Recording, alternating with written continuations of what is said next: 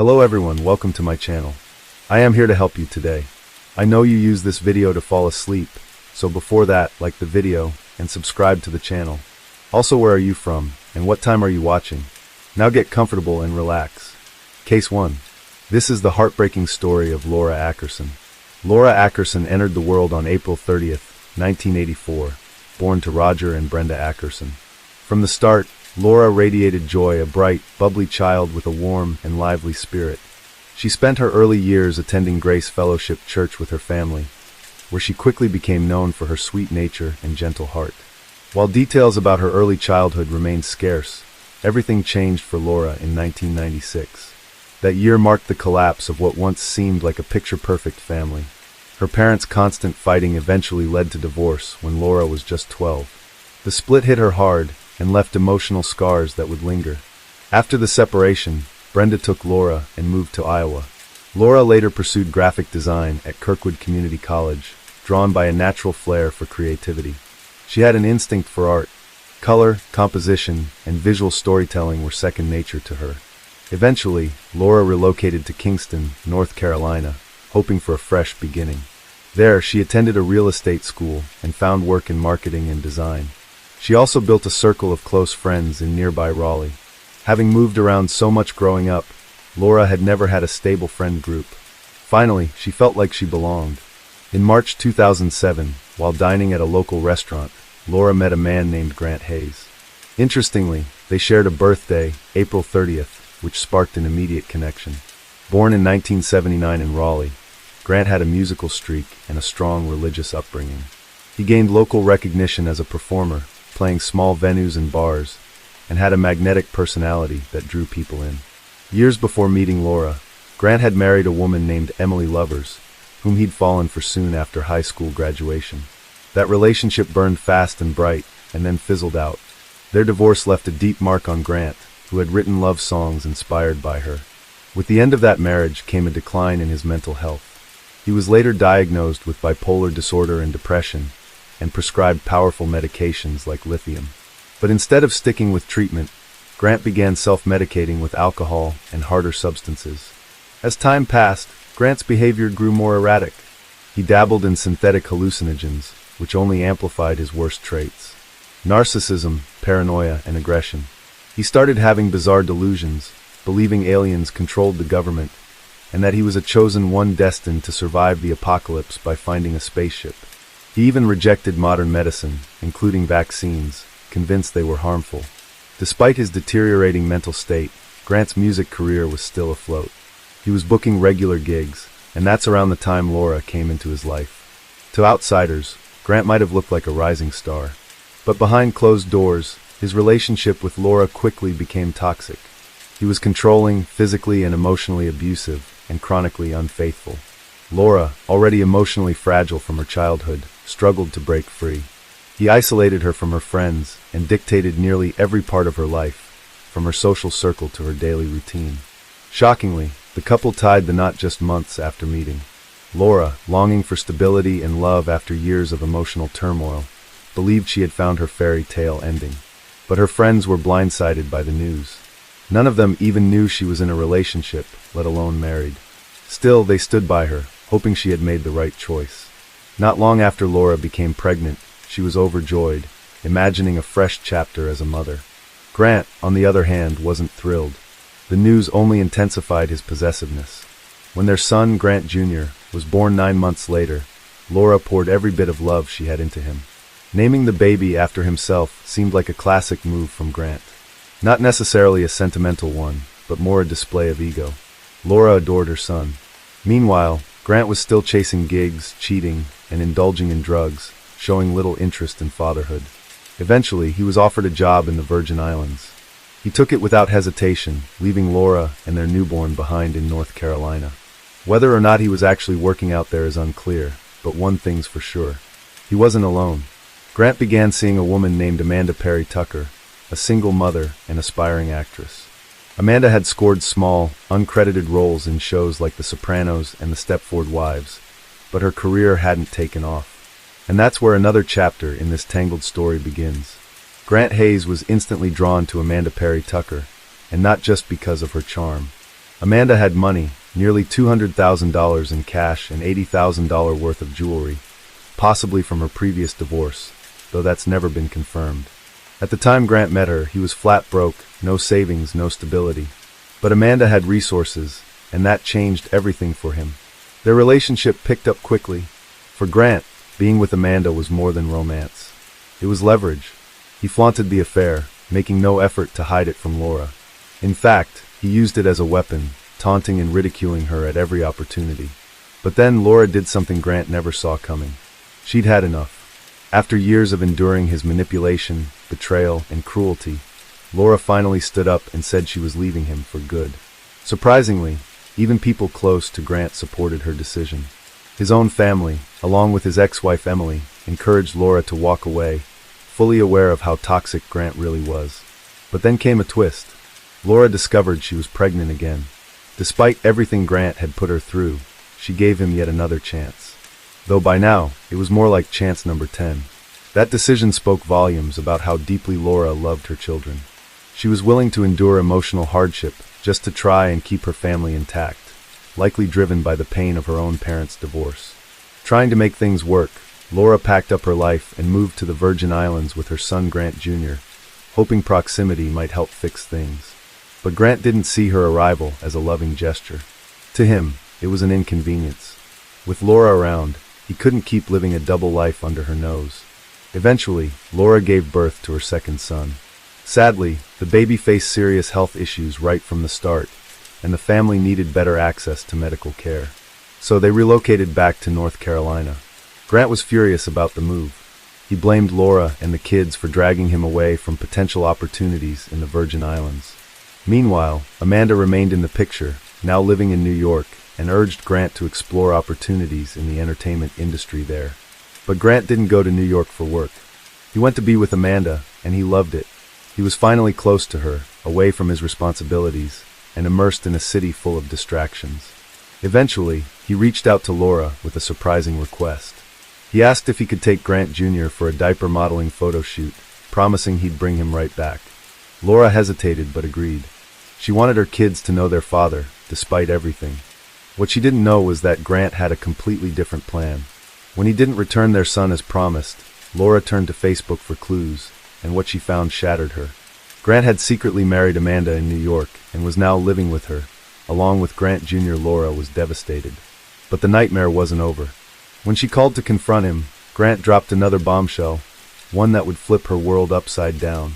According to him, their marriage had never been legal in the first place. Desperate for answers, Laura checked the marriage certificate, and there it was. Grant's signature was missing. Their union had never been legally binding. Then came the most gut-wrenching part.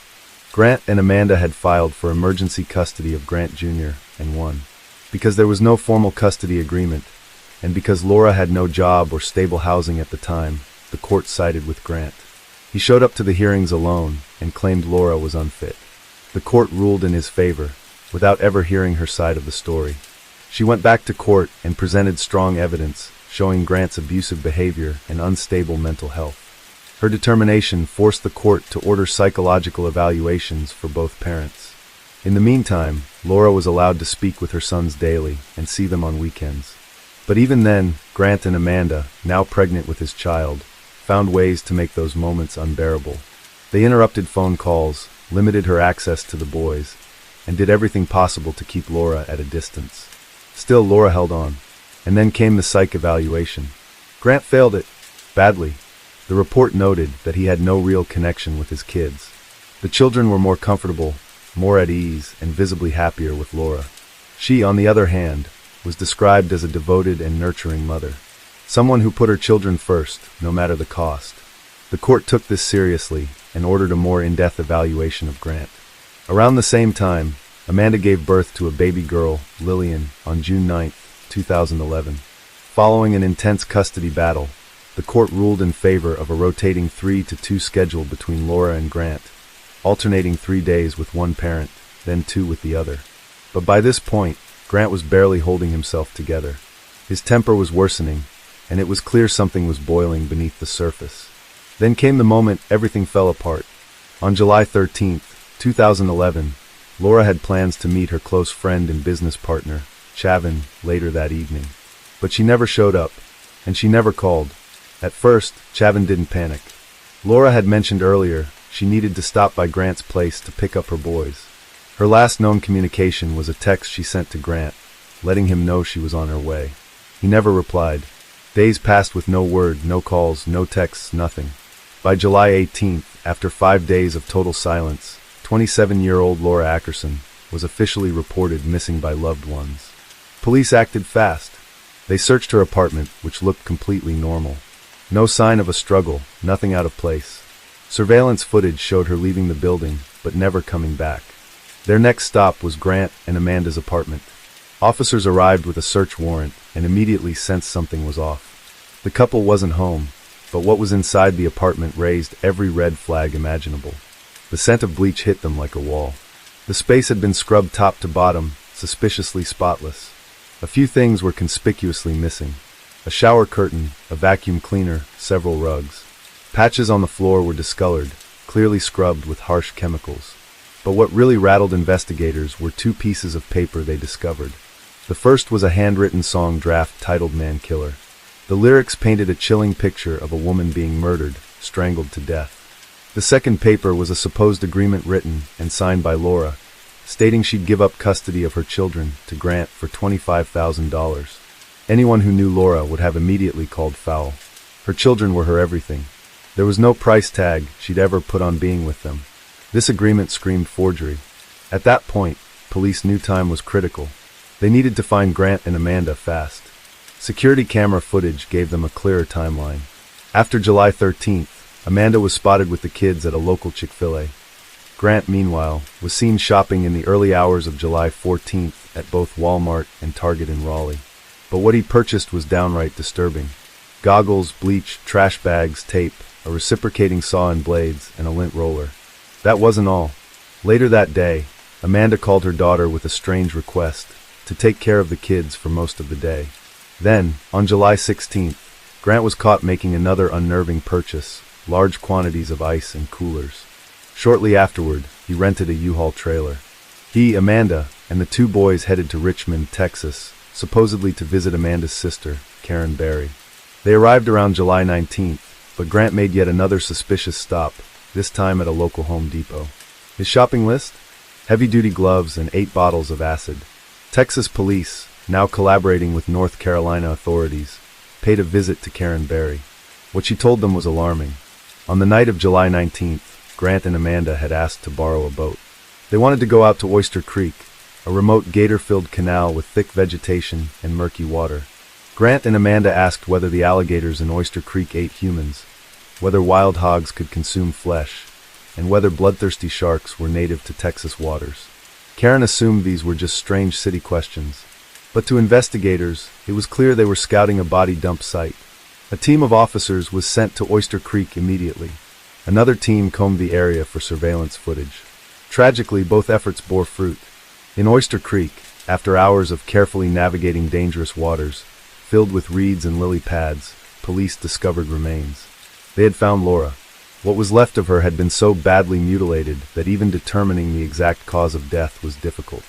But forensic examiners concluded she had likely died from manual strangulation or a powerful blow to the neck. The evidence was overwhelming. The bleach-soaked apartment, the forged custody letter, the disturbing purchases, the chilling lyrics, and the remains in Oyster Creek. Laura's life had ended not in an accident, not in a moment of rage, but as the result of a calculated, cold-blooded plan. Grant Hayes and Amanda Perry Tucker were no longer just suspects. They were murderers.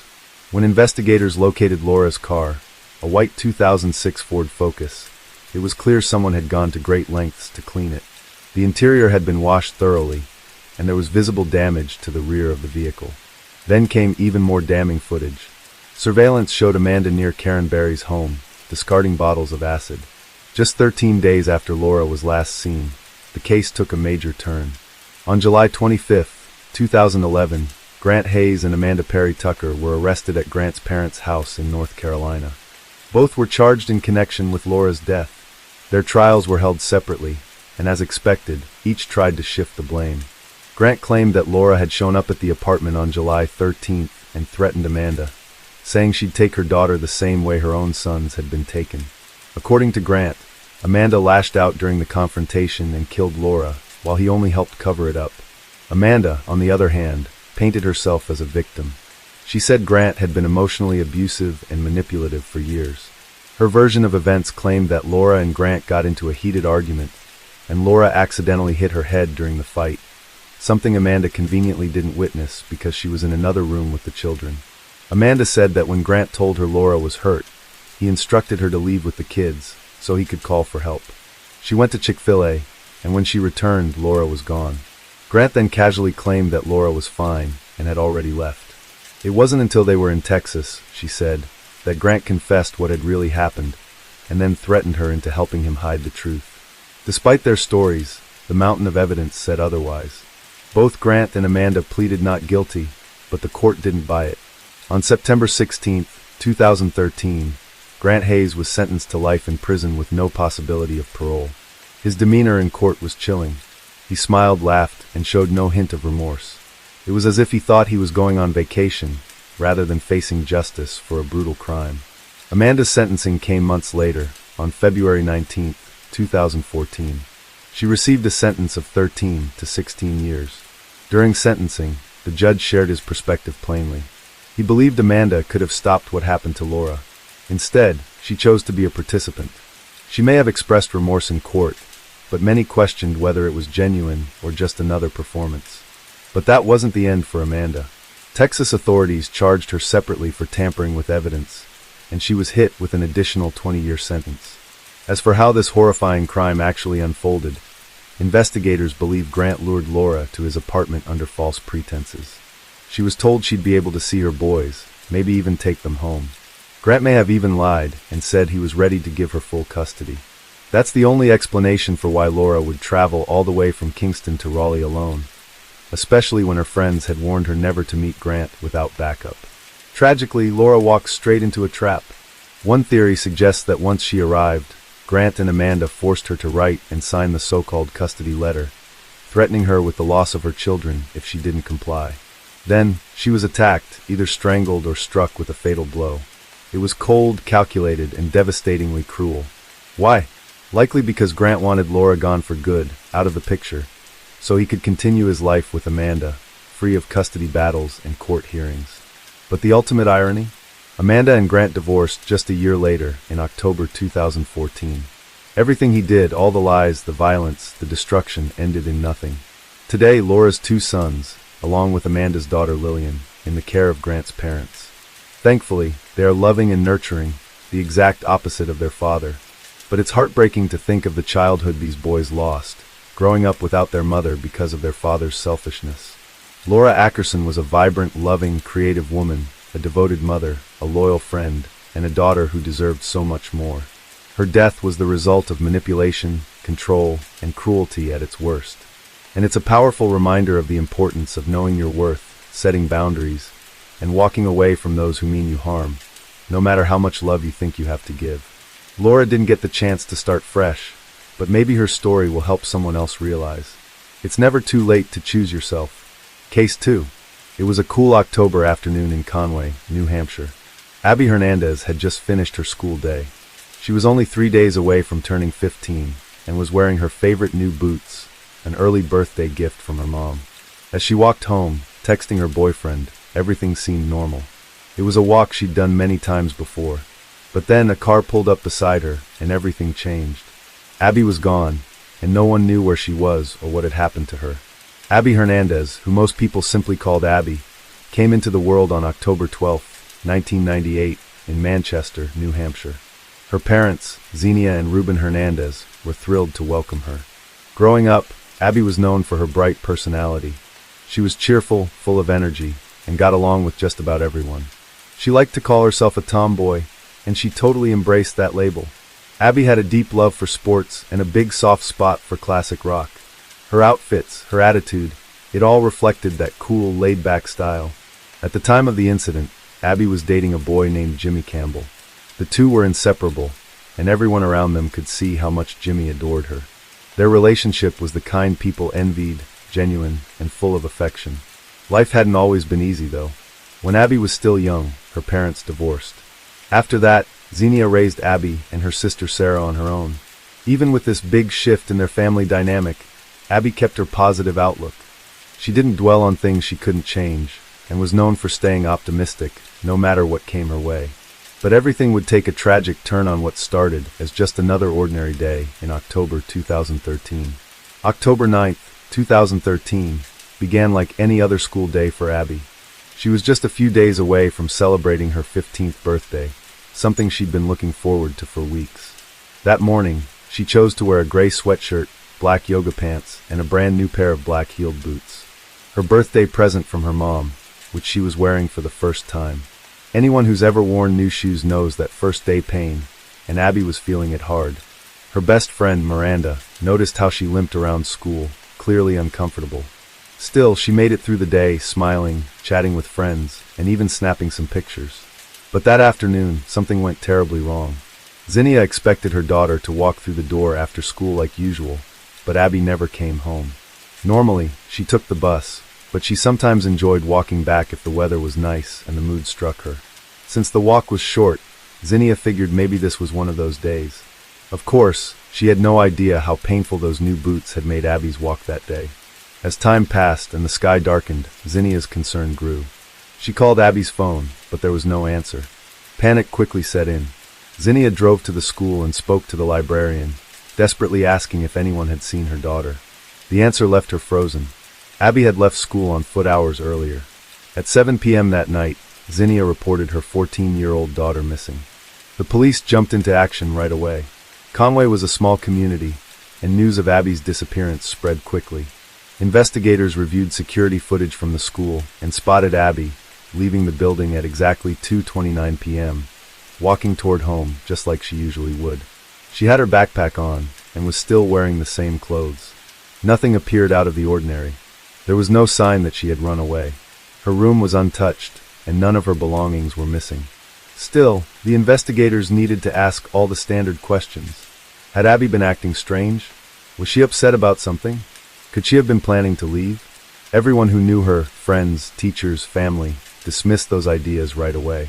Abby was excited about her upcoming birthday and had been busy planning the party down to the smallest detail. Her friends insisted she'd never just vanish like that.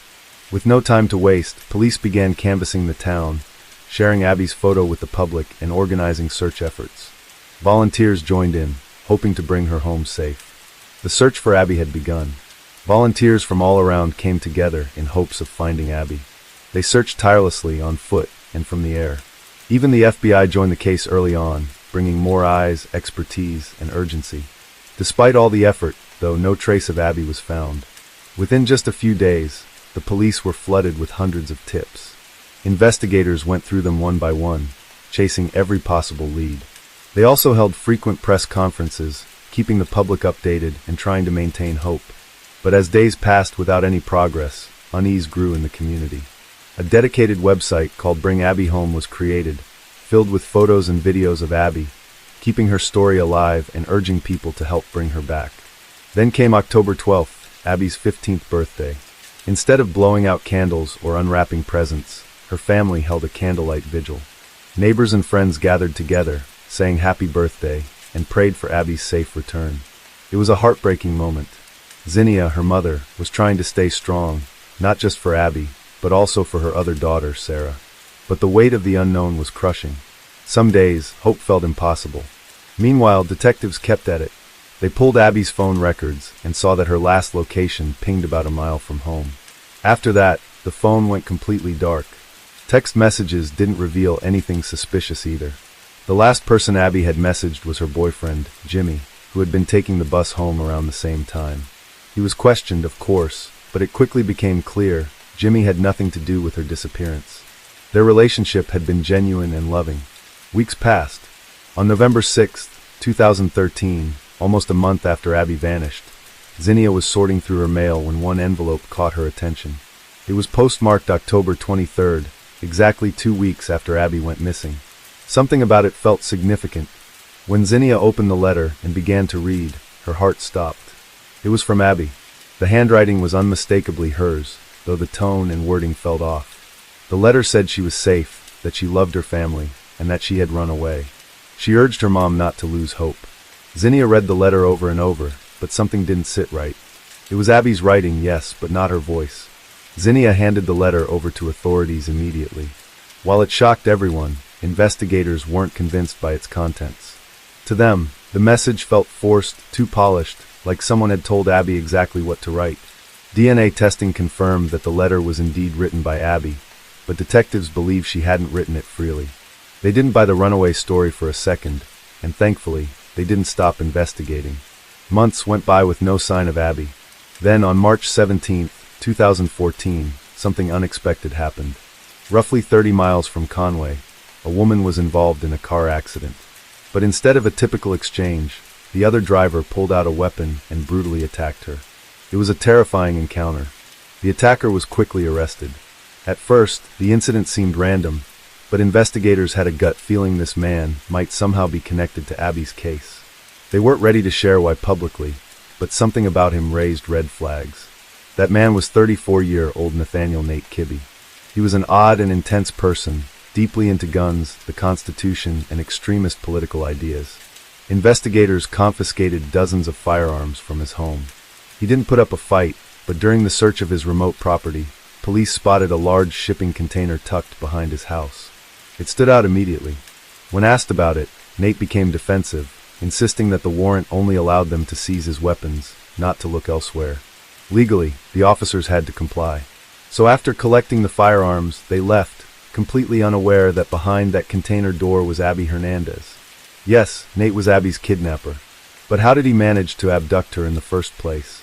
Let's go back to the day Abby disappeared. She had just missed her school bus by seconds. Her feet were sore from those new boots, but with no other choice, she began the short walk home. As she was texting Jimmy, a car pulled up beside her. A man in his 30s noticed her limping and offered her a ride. Tired and grateful, Abby accepted. She had no idea that choice would lead to months of terror. Rather than taking her home, the driver turned into an empty parking lot. That's when the mood shifted. Abby tried to get out, but the man pulled a weapon on her, tied her hands, blindfolded her, and forced her to crouch down in the passenger side footwell, completely hidden from view. After a long and disorienting drive, the car finally stopped. Abby was dragged out and thrown onto something soft. When the blindfold came off, she realized she was on a filthy mattress, and she was trapped. She was inside Nate's shipping container. The room where Abby was being held was small, the floor made of cold metal. The door had latches on it, and the walls were padded to keep any sound from escaping. It was a prison disguised as a storage unit. When Abby looked up, she saw her captor again. This time, he was wearing a gold Halloween mask. Nate made it clear from the start, if she tried to scream or escape, there would be serious consequences. It's impossible to put into words what Abby must have felt in that moment. Fear doesn't even begin to describe it.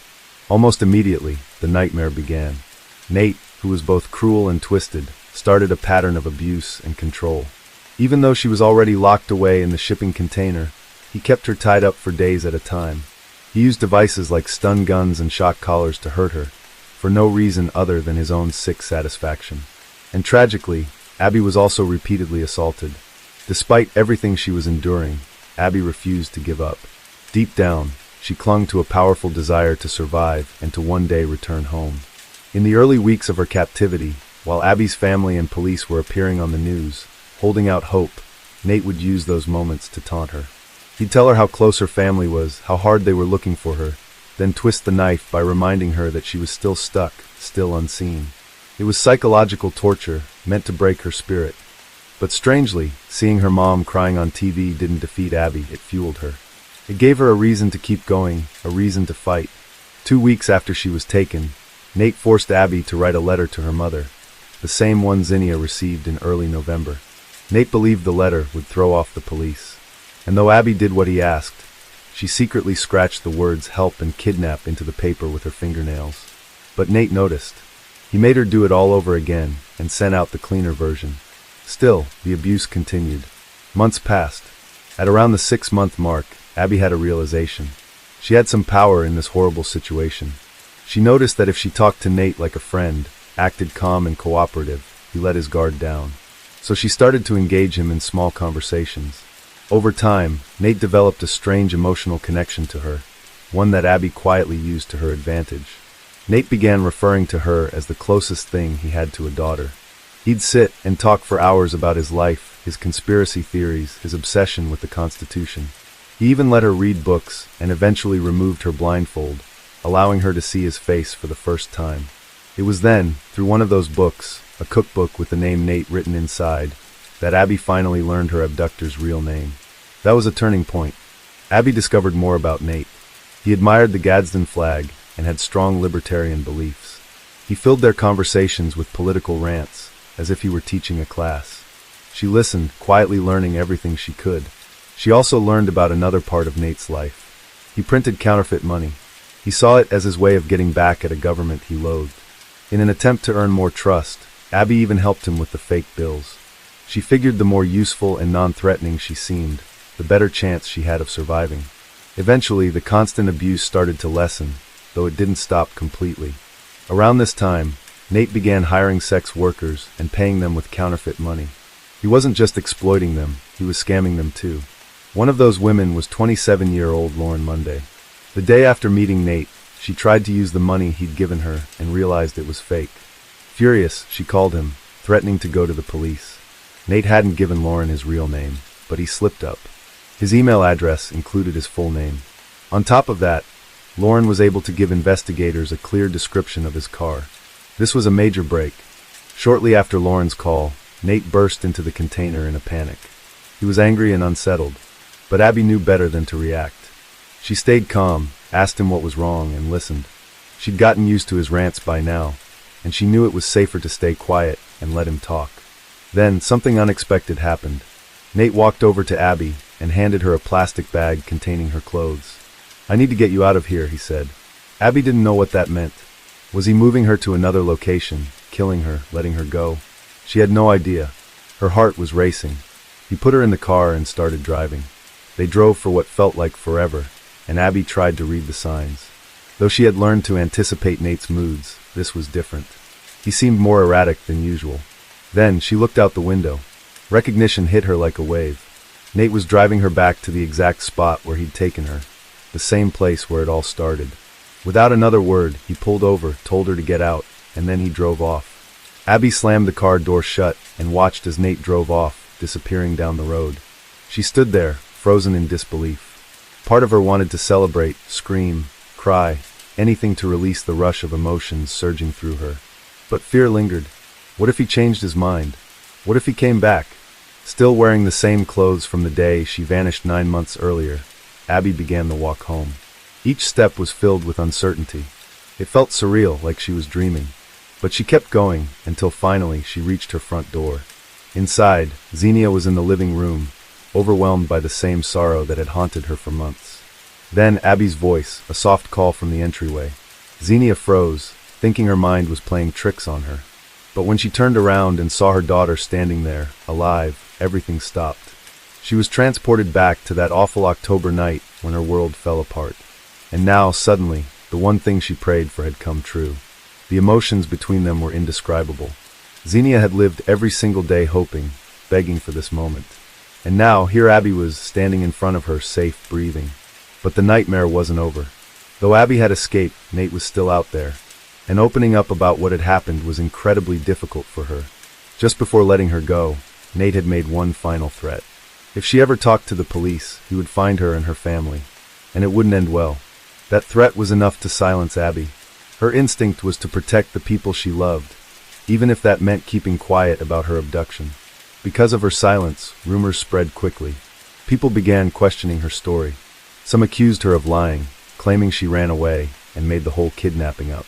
The same community that had supported her family for months now turned their backs on them, casting doubt and judgment. It was heartbreaking, but with support from law enforcement and those who still believed in her, Abby eventually found the strength to speak the truth. She told them everything about the container, the mask, the torture, and revealed the identity of the man who had taken her, Nathaniel Kibbe. In 2014, Nate was arrested. Building the case took nearly 3 years. The charges against him were staggering, around 205 in total. They range from kidnapping to sexual assault to producing counterfeit currency. When the trial finally came, the verdict was clear guilty. Nate was sentenced to 45 to 90 years in prison. Then came May 16, 2016. In a courtroom full of people, Abby walked in, stronger, braver, and more determined than ever. She faced Nate and delivered a powerful statement. She forgave him. She told him calmly and clearly that she forgave everything he had done to her, because she wasn't going to carry the weight of his cruelty for the rest of her life. That moment wasn't just about closure, it was about reclaiming her power. Abby explained that her experience changed her. She no longer took the little things for granted: sunsets, quiet mornings, laughter, freedom. The trauma she endured had reshaped her view of the world, but it hadn't broken her spirit. Today, Abby is living a quiet, peaceful life. She's a hairdresser and a devoted mother. Her days are filled with love, purpose, and healing. What Abby endured is unimaginable, but her story isn't just one of survival, it's a lesson in resilience. When faced with unspeakable horror, she didn't give up. She held on for herself, for her mother, for her future. Abby Hernandez is a fighter. Her courage in the darkest of moments reminds us all that even when the odds feel impossible, we can still hold on, we can still survive, and we can still rise. Case 3. On the afternoon of October 8, 2011, thick smoke rose from a quiet property just outside Córdoba, Spain. A fire had been lit in a hidden spot, burning hotter than usual. Not long after, a father called emergency services, saying his 2 young children had vanished while playing at a nearby park. Police, family, and neighbors quickly joined the search, hoping for a safe return. But behind this desperate call was a dark secret, one that would soon shock the entire country. José Breton, born in 1973 in Córdoba, Spain, grew up in a middle-class family. His early life was shaped by a traditional environment and a strict religious education. After finishing his studies, he enlisted in the military, where he rose to the rank of infantry corporal. He later served as an ambulance driver during the war in Bosnia, an experience that exposed him to intense trauma and ultimately led to his desertion. Once back in civilian life, José met Ruth Ortiz, a young veterinary student. Their relationship progressed quickly, and after 4 years together, they married in 2002. But from the very beginning, their marriage was deeply troubled. José had made it clear he didn't want children, and if they ever had any, Ruth would bear the full responsibility. Despite his warnings, Ruth gave birth to a daughter, also named Ruth, followed by a son, José. The arrival of their children marked a turning point. While he seemed somewhat tolerant of the girl, the birth of their son triggered a dark transformation. His behavior became oppressive, especially toward Ruth. Over time, he isolated her from her loved ones and dominated every detail of her daily life, driven by an obsessive need for control and a deep-seated fear of contamination. José's routines became increasingly strange. He refused to use public transportation or bathrooms unless he could sanitize every surface beforehand. At home, he demanded strict order and imposed rigid rules. The children were expected to wash their hands as soon as they got home and remain silent during meals. José often wore earplugs to block out household noise, a reflection of his extreme sensitivity and anxiety. For Ruth, life became unbearable. After years of enduring psychological and emotional abuse, she finally sought help. A psychologist helped her understand that José's behavior was not only abnormal but unacceptable. This clarity gave Ruth the strength to leave. In September 2011, she told José she was unhappy and wanted a divorce. José, instead of accepting the separation, began therapy in an apparent effort to change. He even consulted a psychologist for help managing his worsening anxiety. But his emotional state was fragile. At age 15, he had once attempted suicide after a breakup, an alarming precedent. As the divorce loomed closer, José grew increasingly unstable, constantly contacting his therapist and being prescribed medication that proved ineffective. Determined to move on, Ruth relocated to Huelva with their 2 children and sought refuge at her mother's home. José, meanwhile, returned to Córdoba. They agreed that he would have custody of the children every other weekend. It was during one of these visits that tragedy struck. On October 8, 2011, José called the police claiming his children, then aged 6 and 2, had vanished while playing in a park. He said they had run off, and he lost sight of them. The authorities responded immediately, launching an extensive search that included officers, emergency units, and even local taxi drivers. Posters with the children's faces were distributed throughout the city. Initially, investigators considered the possibility of an abduction. But as hours passed, inconsistencies began to surface. Notably, Jose didn't file an official report until 9 p.m., a delay that raised suspicions. When questioned at the station, he suggested someone from Ruth's family might have taken the children, pointing to the couple's ongoing separation as a source of tension. However, at the time of the children's disappearance, Ruth and her relatives were all in Huelva, far removed from the unfolding crisis.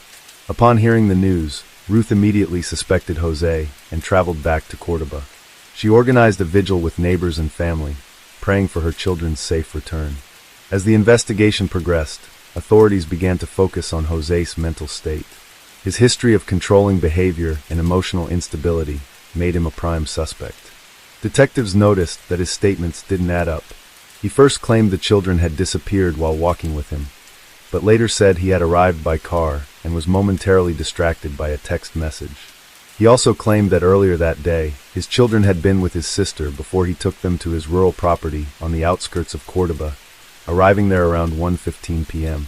While the children supposedly slept in the car, he said he lit a bonfire to destroy belongings that had once belonged to Ruth, an attempt, he said, to erase painful memories of their broken marriage. Later, around 5 p.m., he claimed he headed to the park to meet his brother and nephews, insisting the children had been sleeping in the vehicle since the early afternoon. These claims immediately raised red flags. Detectives sensed he was hiding something and decided to inspect the property that very night. Jose accompanied a team of investigators to his house. There, they discovered the bonfire he had mentioned, still smoldering with embers glowing faintly. It was a disturbing sight. The police also searched his car and found suspicious items, a pair of sharp kitchen utensils and a roll of duct tape. Jose claimed these were leftovers from moving out of the family home, but his distant, emotionless demeanor left investigators unconvinced. The following morning, as concern for the missing children intensified, detectives interrogated Jose again. This time, they requested security footage from cameras along the roads between his house and the park. While Jose's car appeared in the videos, the children did not. Witnesses at the park also confirmed they had seen Jose alone that afternoon.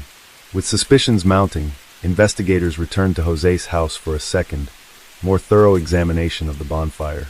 The fire was now extinguished, and beneath the charred remains, they discovered a rectangular structure and an overturned iron table, both used to intensify the heat of the flames. In the ashes, they found small bone fragments.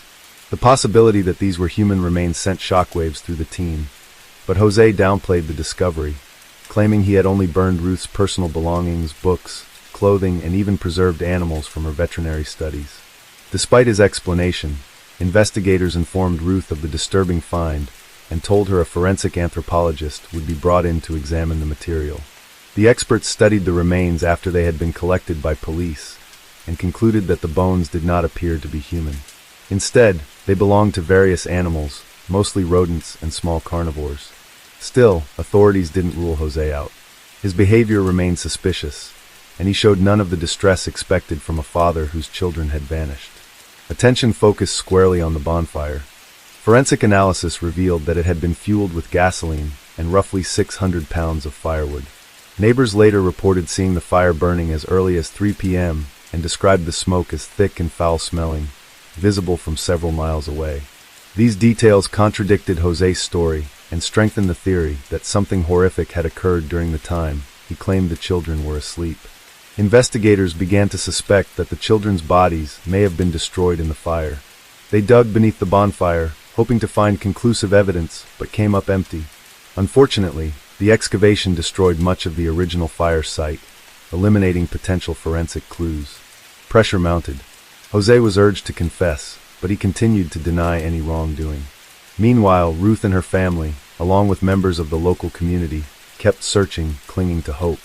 The children's faces appeared across Spanish news outlets, turning the case into a national headline. On October 12, 2011, Jose Breton was arrested and charged with the unlawful detention of his children and fabricating a crime. Although the initial searches of the property yielded no conclusive results, investigators were certain that something more lay hidden.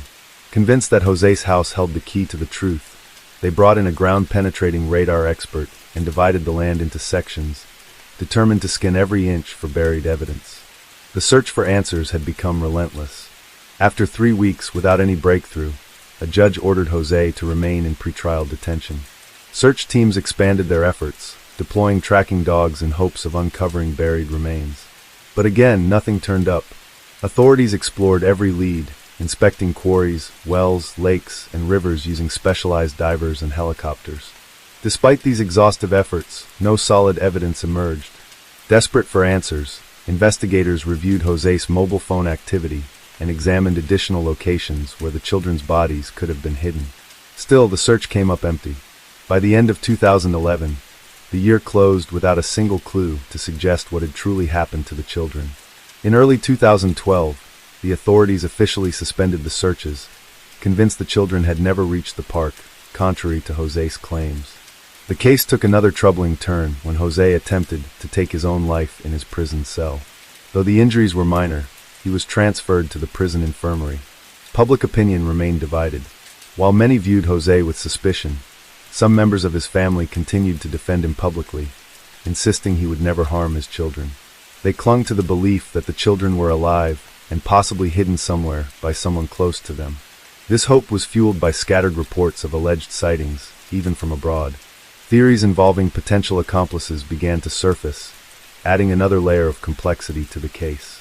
6 months after the children vanished, the court lifted the secrecy order on the investigation, allowing previously undisclosed testimonies to emerge.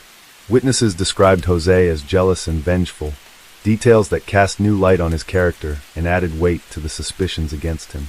Still, he maintained his innocence and repeated his version of events. The children had disappeared from the park. In August 2012, Ruth's family formally requested a second forensic analysis of the bone fragments found in the bonfire. These remains had originally been dismissed as non-human, but the new examination, led by another forensic anthropologist, yielded a shocking result. The bones were, in fact, human, and they belonged to 2 children between the ages of 2 and 6. This contradicted the earlier assessment and exposed a serious error that had delayed the truth for nearly a year. The revelation triggered an uproar.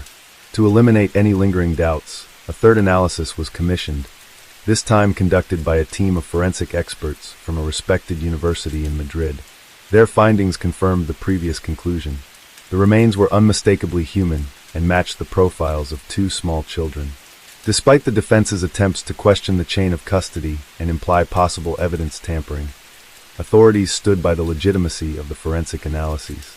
The bones had been processed by the police's own forensics lab, and their findings were clear. The children had died, and their bodies had been incinerated in the bonfire. Experts studying the remains noted the arrangement of the bones in the ashes, which suggested how the bodies had been placed.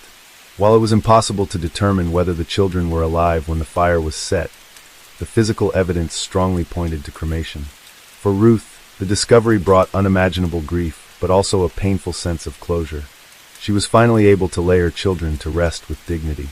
In September 2012, with mounting evidence and new expert testimony, a judge formally charged Jose Breton with 2 counts of aggravated murder. The charges included the aggravating factor of kinship.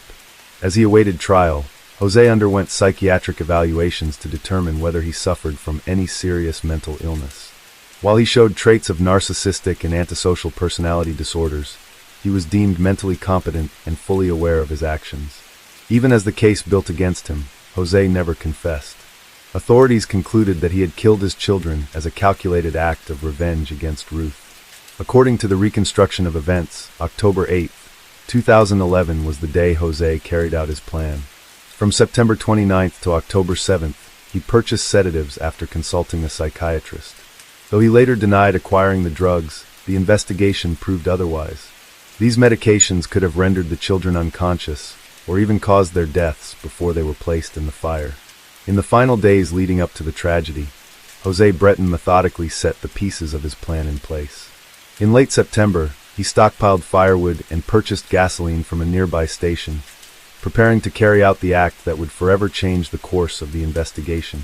He constructed a convincing alibi, informing his family that he would be spending the day at the park with his children.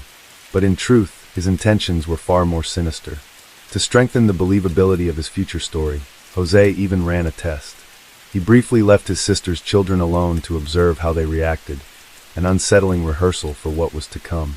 On October 7th, he picked up his own children, spending the night with them at his parents' home. The next morning, he drove to his house with the children in the car.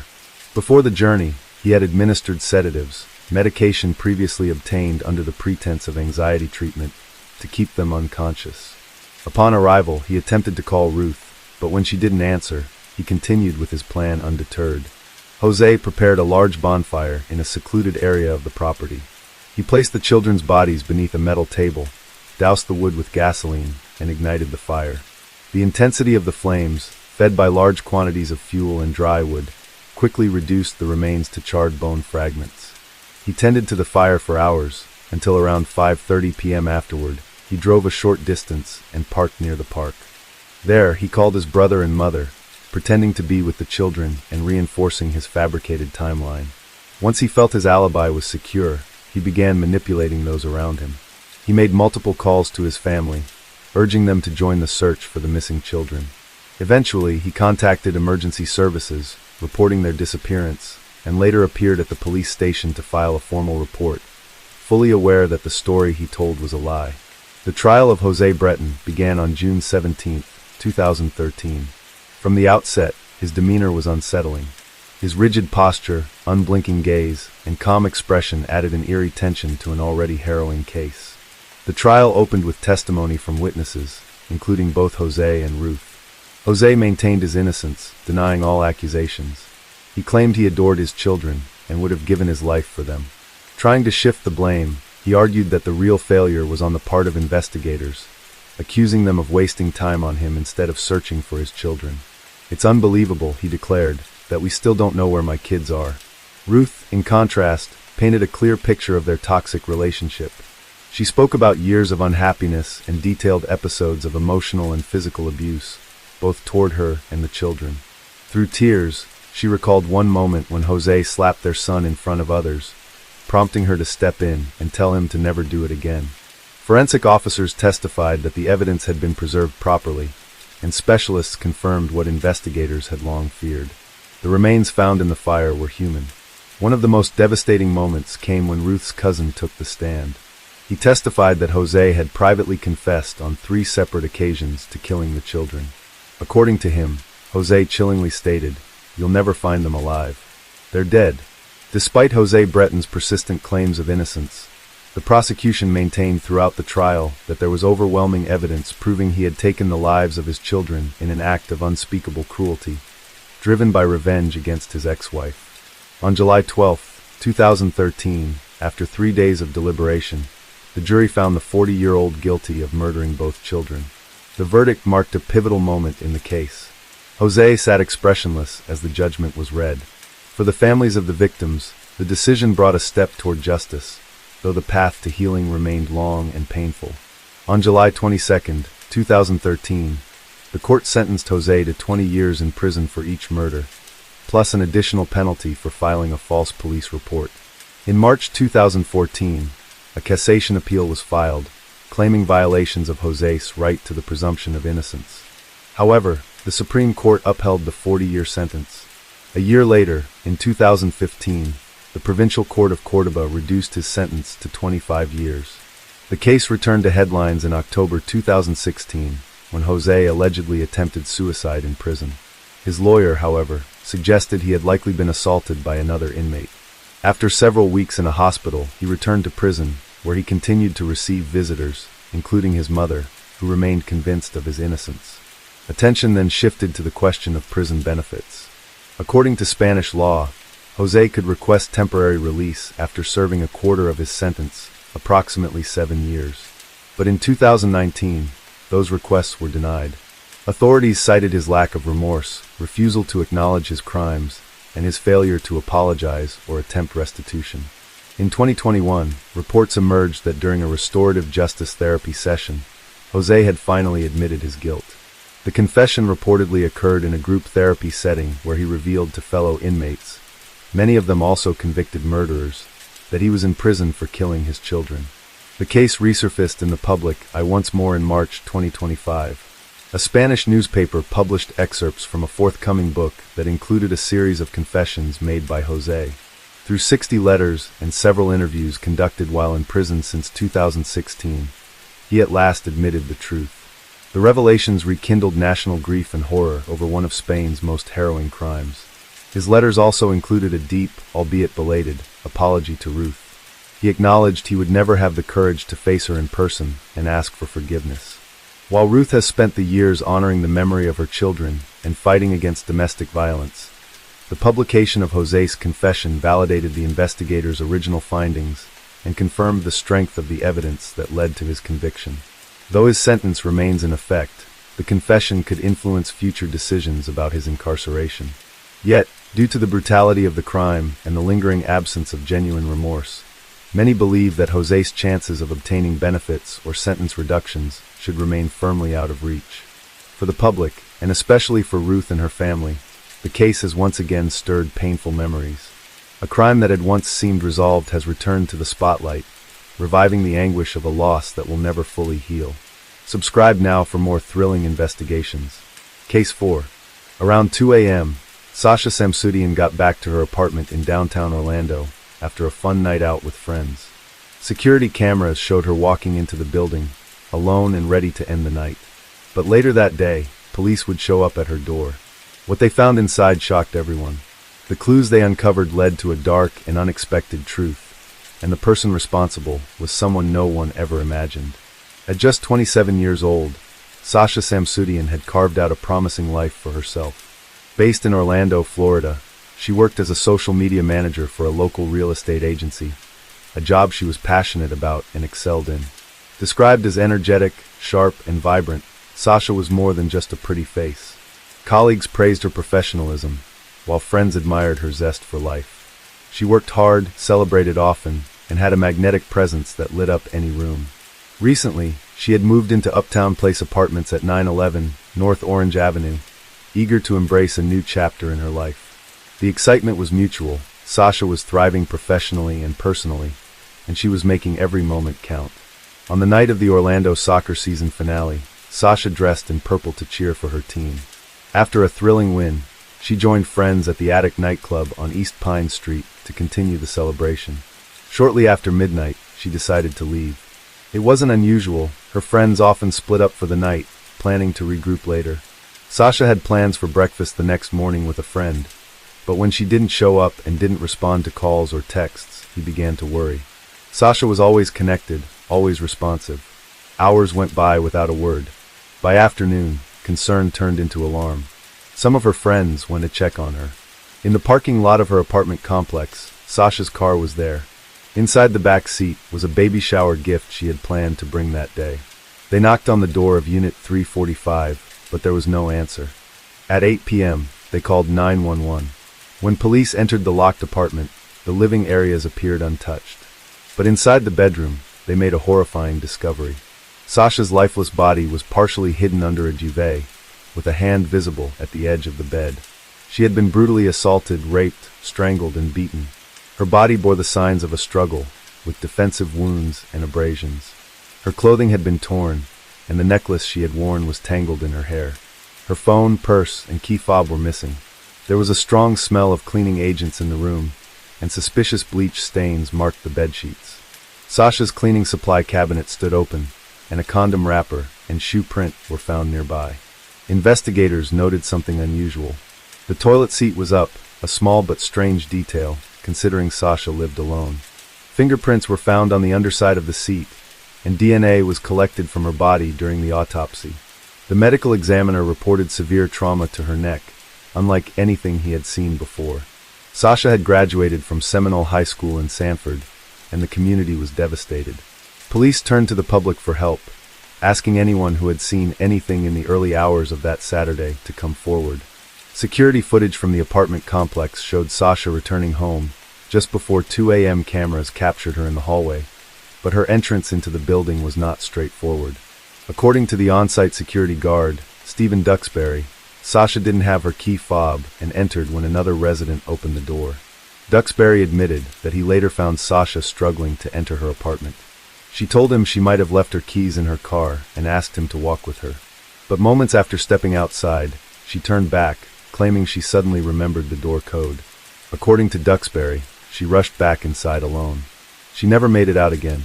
Duxbury would later change his story. He now said he had seen Sasha again, this time with an unfamiliar man. That detail shifted everything. Police needed to identify this unknown individual, and quickly. Retracing Sasha's steps from the attic nightclub to her apartment, detectives mapped out the 30-minute walk and reviewed hours of surveillance footage from that busy Friday night.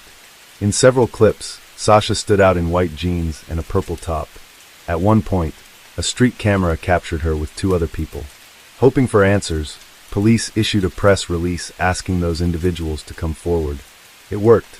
The 2 women identified themselves and explained that they had found Sasha wandering alone and clearly intoxicated. She had no phone, no ID, and they were concerned. They decided to share an Uber with her to ensure she got home safely.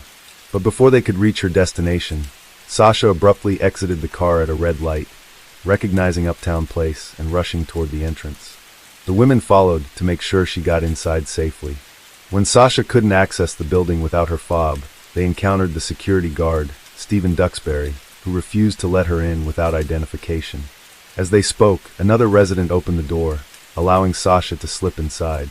The women waited with Duxbury briefly, then left once Sasha had gone in. So far, all accounts aligned, but investigators still had more to uncover. Inside Sasha's apartment, police had found her iPad, which was synced to her iPhone. This allowed them to retrieve messages from the night of her death. One text sent at 5:12 a.m. simply read Ben. It was the last known activity from her devices. Ben had been someone Sasha was seeing casually. He told police they had made tentative plans to meet that weekend and admitted they had been texting that night. Ben willingly provided a DNA sample and was quickly ruled out. His alibi was airtight. Another man named Taylor, a former boyfriend who remained close with Sasha, was also interviewed. He had been working a bar shift the night she was killed, which was confirmed by multiple witnesses. Like Ben, his DNA did not match any of the samples collected. Just days after Sasha was found, her family held a private funeral. It was a heartfelt ceremony that honored her diverse background, blending Hindu, Islamic, and Christian traditions. One coworker said it wasn't until the funeral that he realized how many lives Sasha had touched. Meanwhile, police finally gained access to Uptown Place's off-site CCTV footage and began reviewing it frame by frame. At 1:46 a.m., Sasha was seen entering the building. A man followed closely behind her and briefly asked if she was okay before disappearing from view. Moments later, Sasha climbed the stairs toward her apartment. She wasn't seen again. At 2:06 a.m., Sasha reappeared, this time running up another set of stairs. Security guard Duxbury was behind her, just as he had described to police. According to him, he had walked with Sasha to the parking garage to see if her keys were in her car, but when she claimed to remember her door code, they went back inside. Still, something felt off. Detectives kept reviewing the footage, looking for anything unusual in the hours that followed. Then at 6:36 a.m., they spotted something significant. Stephen Duxbury was captured on camera exiting the second floor, carrying 2 large trash bags. He walked to the parking garage where his car was located, then returned to the building just 2 minutes later. Though he claimed his shift had ended at 6 a.m., he didn't actually leave the premises until 6:39. At first, investigators wondered if taking out trash was part of his responsibilities, but building management confirmed that it was not. Even more disturbing, the trash bags Duxbury carried matched those found in Sasha's apartment. With this revelation, police obtained a search warrant for Duxbury's home. They also called him in to take a polygraph test. The man who had once been just a helpful witness was now the center of a murder investigation. As suspicion closed in on Stephen Duxbury, the night security guard at Uptown Place, investigators moved swiftly. He had been cooperative, at least on the surface, but during a polygraph test, his story began to unravel. When asked if he had ever entered Sasha's apartment, he denied it, but the polygraph indicated otherwise. His physiological responses spiked again when questioned about Sasha's cause of death. The tester asked whether she had been poisoned, stabbed, or strangled. Duxbury denied them all, but the moment strangulation was mentioned, his heart rate surged. Police knew this was critical. At that point, Sasha's cause of death had not been made public. There was no way Duxbury could have known she had been strangled, unless he had been there. While polygraphs are inadmissible in court, the inconsistencies fueled further investigation. At Duxbury's home, detectives found a pair of shoes that matched a footprint left in Sasha's bedroom. Just days later, Forensic analysis confirmed that the fingerprint lifted from beneath Sasha's toilet seat belonged to Duxbury. DNA found on her body, including her chest, was also a match. It got worse. His phone history revealed a disturbing internet search made at approximately 5 a.m. on the morning Sasha was killed. He had looked up how to override a quick-set keypad lock, the very type used on Sasha's apartment door. The timing of the search was chilling. Just minutes before Sasha had sent her final message, a single-word text to her ex, Ben. Duxbury bore signs of a struggle, visible scratches, and a bite mark on his arm. For detectives, the picture was becoming tragically clear. The man who was supposed to protect the residents had instead become the threat. On October 21, 2015, just days after Sasha's murder, Orlando police made it official. Stephen Duxbury was arrested and charged with first-degree murder, sexual battery, and burglary. He had used his position as a security guard to prey on someone vulnerable and defenseless. Investigators believed he took advantage of Sasha's impaired state, followed her into her apartment, then overpowered and attacked her. After sexually assaulting and strangling her, he attempted to clean the scene with her own household products and removed items from the apartment to dispose of them elsewhere, including in the trash bags caught on surveillance footage. 2 years later, in November 2017, Duxbury's trial began. His defense tried to suppress evidence, claiming his statements during the polygraph were made under the belief that he was obligated to cooperate or risk losing his license. They also filed to exclude key items like his shoes and interview recordings. But the judge wasn't swayed. She ruled that the evidence, including the shoes and polygraph statements, would be admitted. Legal experts noted the significance of this decision. In a circumstantial case, every detail matters. Each piece is a part of the larger puzzle, and for the prosecution, the pieces were falling into place. Duxbury's claim that he had never been inside Sasha's apartment stood in stark contrast to the forensic evidence. Blood, fingerprints, DNA, matching footwear, digital history, none of it supported his version of events. As the trial moved forward, the defense raised objections and hinted at more motions to exclude evidence, but the timeline was closing. Jury selection was imminent. Once it began, there would be no turning back. The man who was entrusted with the safety of Uptown Place residents now faced the consequences of his betrayal. And for Sasha's family and friends, it was the beginning of a long path toward justice.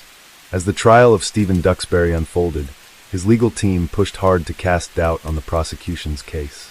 Defense attorney Aaron Delgado claimed there were still unanswered questions, such as why Duxbury's clothing hadn't been tested for DNA, and why the shoe prints inside Sasha's apartment matched a size 9 when Duxbury wore a 10.5. They emphasized that no security footage showed Duxbury actually entering Sasha's apartment. But the prosecution argued that the strength of the evidence didn't lie in surveillance. It lay in the science. DNA from Duxbury placed him in Sasha's bedroom. His internet searches, his altered timeline, and the surveillance footage showing him carrying trash bags taken from her unit told a chilling story, one that didn't require video proof to be convincing.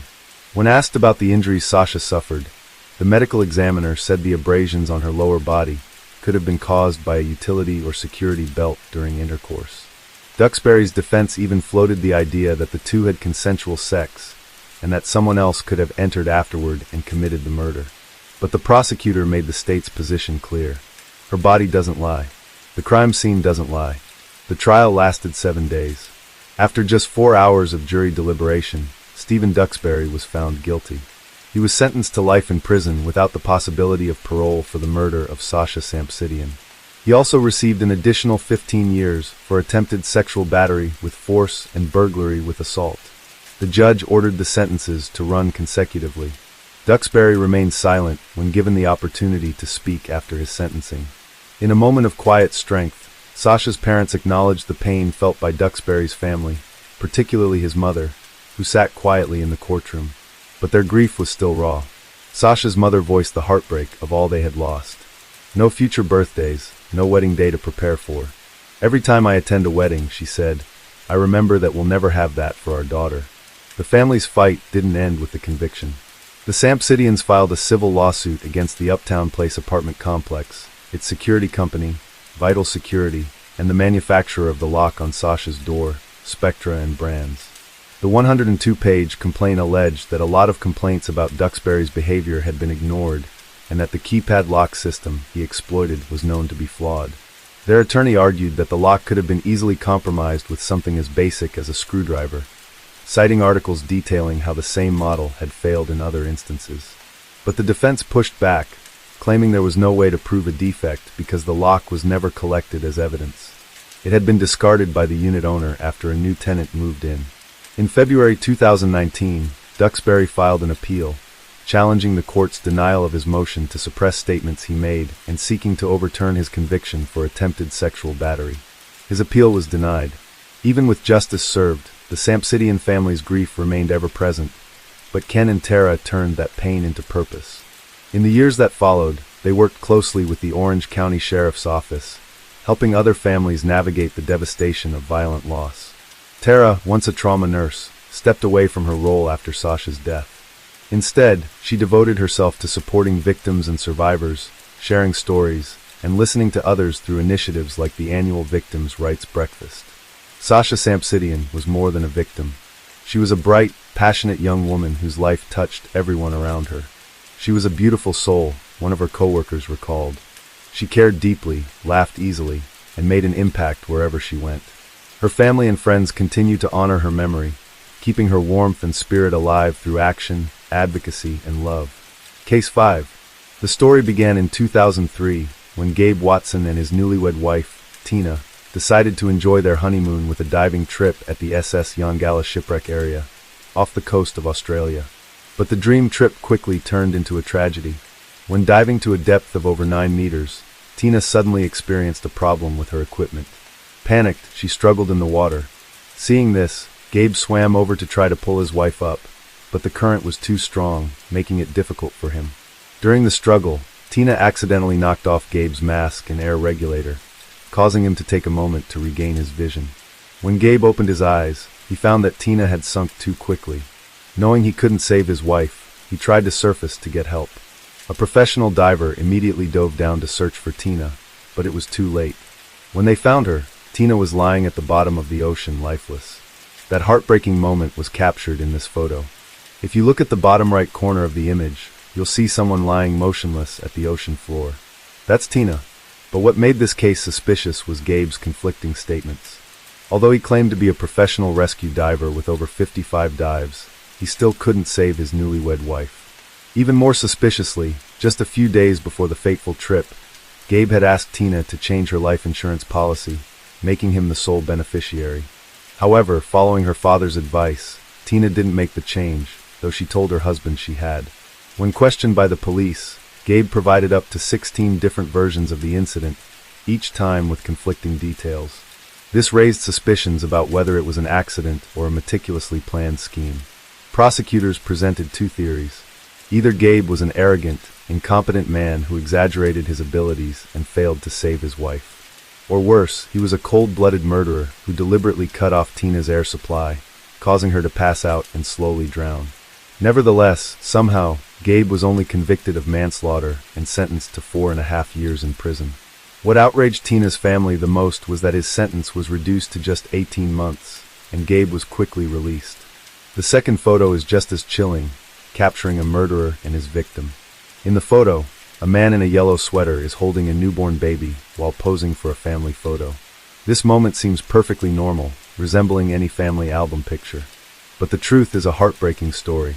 In 1985, a serial killer claimed the lives of at least 10 women across 2 states.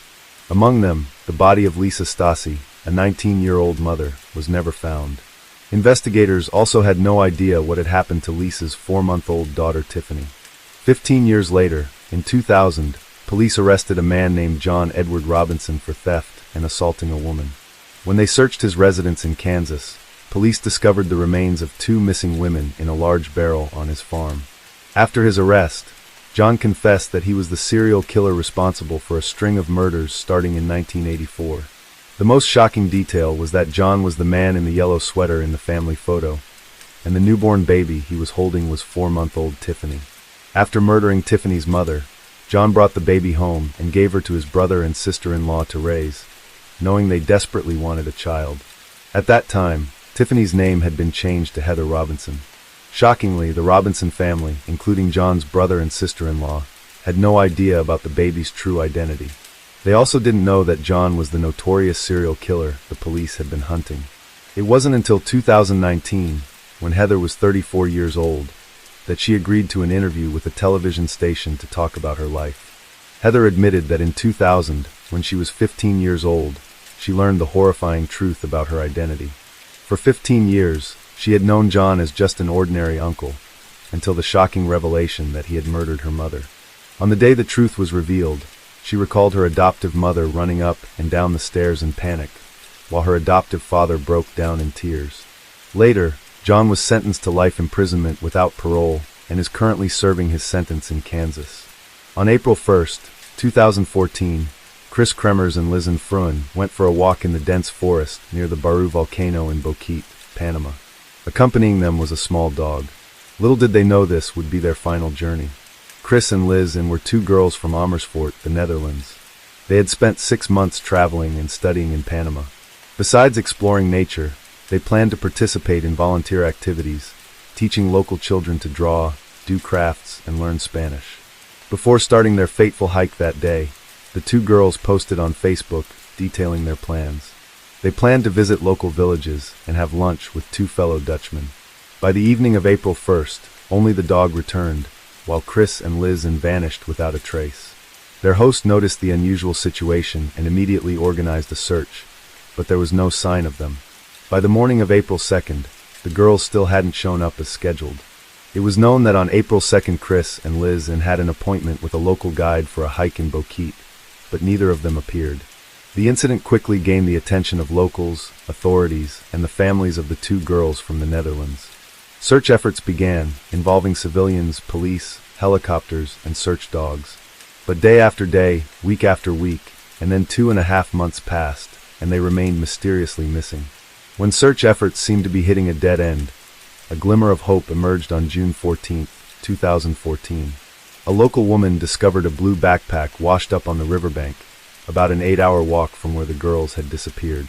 Inside were personal items such as glasses, Lizanne's passport, $83 in cash, a water bottle, and 2 bras. However, the most significant discovery was the girls' phones and a camera. When police examined the devices, a chilling truth was revealed. The girls had attempted to make 77 emergency calls to both the Dutch and Panamanian emergency number 112 over the first 4 days of their disappearance. Sadly, due to the deep forest location and poor signal, only one call lasting 2 seconds connected, but no one answered. Even more suspiciously, on April 6th, someone tried to unlock Chris's phone, but the password didn't match. This led police to suspect that someone else may have been using her phone. Eventually, on April 11th, both phones died due to battery depletion. But what was found on Lizanne's camera was what truly horrified everyone. The first few photos, taken on a trail near the Continental Divide. This is a remote and very dangerous area with few passers-by. However, the photos taken on the night of April 8th, between 1 a.m. and 4 a.m., were entirely different. They showed the girls' belongings scattered on rocks and mysterious flashes of light in the dark forest. The most terrifying discovery was a photo showing blood seeping from the back of Chris's head. After investigating the area where the backpack was found, police discovered Chris's clothes neatly folded by the riverbank. A few weeks later, they found the pelvic bone and a foot inside a boot belonging to one of the girls. Not long after, the remains of both girls were found, but they bore extremely puzzling signs. Lizanne's bones appeared to have decayed naturally, while Chris's bones were stark white, resembling those that had been bleached. This led police to question whether the girls had suffered an accident, or if someone had interfered with the case. Despite years of investigation, no statements came from locals, guides, or hikers. No one knows what really happened to Chris and Liz, and to this day, their disappearance and deaths remain one of the most horrifying mysteries in history. If the two Dutch girls mysteriously vanished, leaving behind haunting final photos, the following story is even more chilling, as the victim's final moments were captured by the murderer. This is the photo capturing the final moments before the murder of model Judy Dull, the first victim of the twisted serial killer. The incident began late on the night of October 27, 1958, when a woman pointed a gun at a man with large ears, demanding that he stay put on the highway, attracting the attention of passers-by. When the police arrived, a horrifying story unfolded. The man with large ears claimed to be a photographer but was, in fact, a serial killer obsessed with beautiful women. The model pointing the gun at him was his fourth victim, but had managed to escape thanks to her high alertness. At the scene of the attack, police found ropes, a gun, and a camera inside the man's car. Shortly afterward, witnesses identified this man as the one who had been seen with several missing models over the past few months. His name was Harvey Glattman, a perverted man obsessed with beautiful women. Under intense police interrogation, Harvey eventually shouted that he had murdered 3 female models and claimed they would not find the bodies unless they looked for his toolbox. Immediately, the police searched Harvey's home and found a toolbox, but what they discovered inside were chilling death photos capturing the victim's final moments. Among those, the haunting series of photos of Judy and Dull left investigators most disturbed. Judy was a promising 19-year-old model known for her stunning beauty. In the toolbox, there were heartbreaking images of Judy tied with ropes, her mouth gagged, and her eyes pleading for help, a sight that deeply saddened the police. Even more shocking, some photos showed Judy nude, tied to a wooden post, horrifying many people. The final pictures of Judy were taken in a desert, the same place where Harvey murdered her and abandoned her body for wild animals to scavenge. August 1st, 1957, was Judy's fateful day when she accepted Harvey's offer to model for a photo shoot. When she arrived at what was supposed to be a studio, in reality, Harvey's apartment, he tied her up and gagged her. After releasing her temporarily, Harvey threatened her with a gun, forcing her to remove her clothes and pose for a series of disturbing photos, promising to let her go afterward. However, once the shoot was over, Harvey drove her to the Mojave Desert and strangled her with a rope. While Judy struggled in her final moments, Harvey grabbed his camera and took additional photos, capturing her final breaths. Satisfied with his trophies, Harvey returned home, leaving the victim's body behind in the desert. Judy's disappearance triggered a police investigation, but no clues were found, allowing the serial killer to continue his spree with 2 more models. It wasn't until his 4th intended victim escaped that Harvey's horrific crimes came to light. The police then took him to the desert where he had abandoned the victims. Most of the skeletal remains had been ravaged by animals, leaving only a few bone fragments. However, this was enough for forensic experts to confirm the remains belonged to Judy, Shirley and Bridgeford, and Ruth Mercado. Harvey Glattman admitted that his murderous obsession with young, beautiful women stemmed from a fixation on women in ropes. The media dubbed him the Glamour Girl Slayer, shocking the entire United States. Upon investigating Harvey's past, police were stunned to learn that he had previously been arrested and jailed twice for harassing women. However, those few years in prison failed to change him, and instead, he sank deeper into his violent fantasies. After his arrest, Harvey confessed to his crimes and repeatedly demanded to receive the death penalty. Eventually, the court handed down the maximum sentence to him. He was executed on September 18, 1959, putting an end to his horrifying trail of crimes. This is the last photo of Abigail Williams taken at the Monon High Bridge Trail in Carroll County, Indiana. Just minutes later, she and her friend, Liberty German, who had taken the photo, disappeared without a trace. On February 13, 2007, Abigail invited her close friend Liberty to go for a walk along a trail in Delphi. The 2 girls had arranged to meet Liberty's father at a designated spot, but he waited endlessly without seeing his daughter or her friend. The father reported the situation to the police, and a search began immediately, but nothing was found. On February 14th, the bodies of the 2 unfortunate girls were discovered. Upon examining Liberty German's phone, the police found a suspicious video. It showed a man in jeans, a dark blue jacket, and a hat appearing in the Delphi Trail area. At the time, the 2 girls were there. However, due to the poor image quality, the police couldn't identify the suspect. It wasn't until 2022 that the police identified the suspect as Richard Matthew Allen, but he wasn't sentenced to a total of 130 years in prison until November 2024. This photo was taken in 1943 in a small town called Kapusjord, Hungary. The owner of the photo said the photographer was her father, and the person in the picture was her mother. At first glance, the photo seemed very ordinary, but upon closer inspection, people noticed something unsettling. Behind the woman in the photo appeared a little girl in a dress, but what's more eerie is that the girl had no hands and no face. Many believed it to be the ghost of a little girl or some other eerie entity. Even more chilling is that the photo had not been edited. It was the original print, still kept as is by its owner. No one could explain the strange presence of the little girl in the photo. This picture was taken using regular film, with no Photoshop effects involved. The husband of the woman in the photo took a picture of his wife and child on a sunny afternoon, celebrating their first day at their new apartment in Chicago, Illinois. However, when they developed the photo, they were shocked to see the face of an elderly woman with her hair tied up, sitting next to a bulldog in the left window. The couple insisted that no one else was in their home at the time the photo was taken. This is a photo of the Cooper family from the 1950s. In the picture, two smiling women are seen happily with two young boys. However, what grabs attention is a man's body seemingly falling from the ceiling. To this day, no one has been able to explain it. Mary Elizabeth from Australia visited the cemetery in 1945 to visit the grave of her 17-year-old daughter, Joyce Elizabeth Andrews. After cleaning the grave, she took a commemorative photo, but when she developed it, Mary was horrified to see something strange. In the picture, a baby was sitting next to her daughter's grave, staring directly into the camera lens. Mary didn't recognize the baby, and there was no child present at the cemetery when she took the photo. This is a photo Mabel Chinnery took of her husband in their car.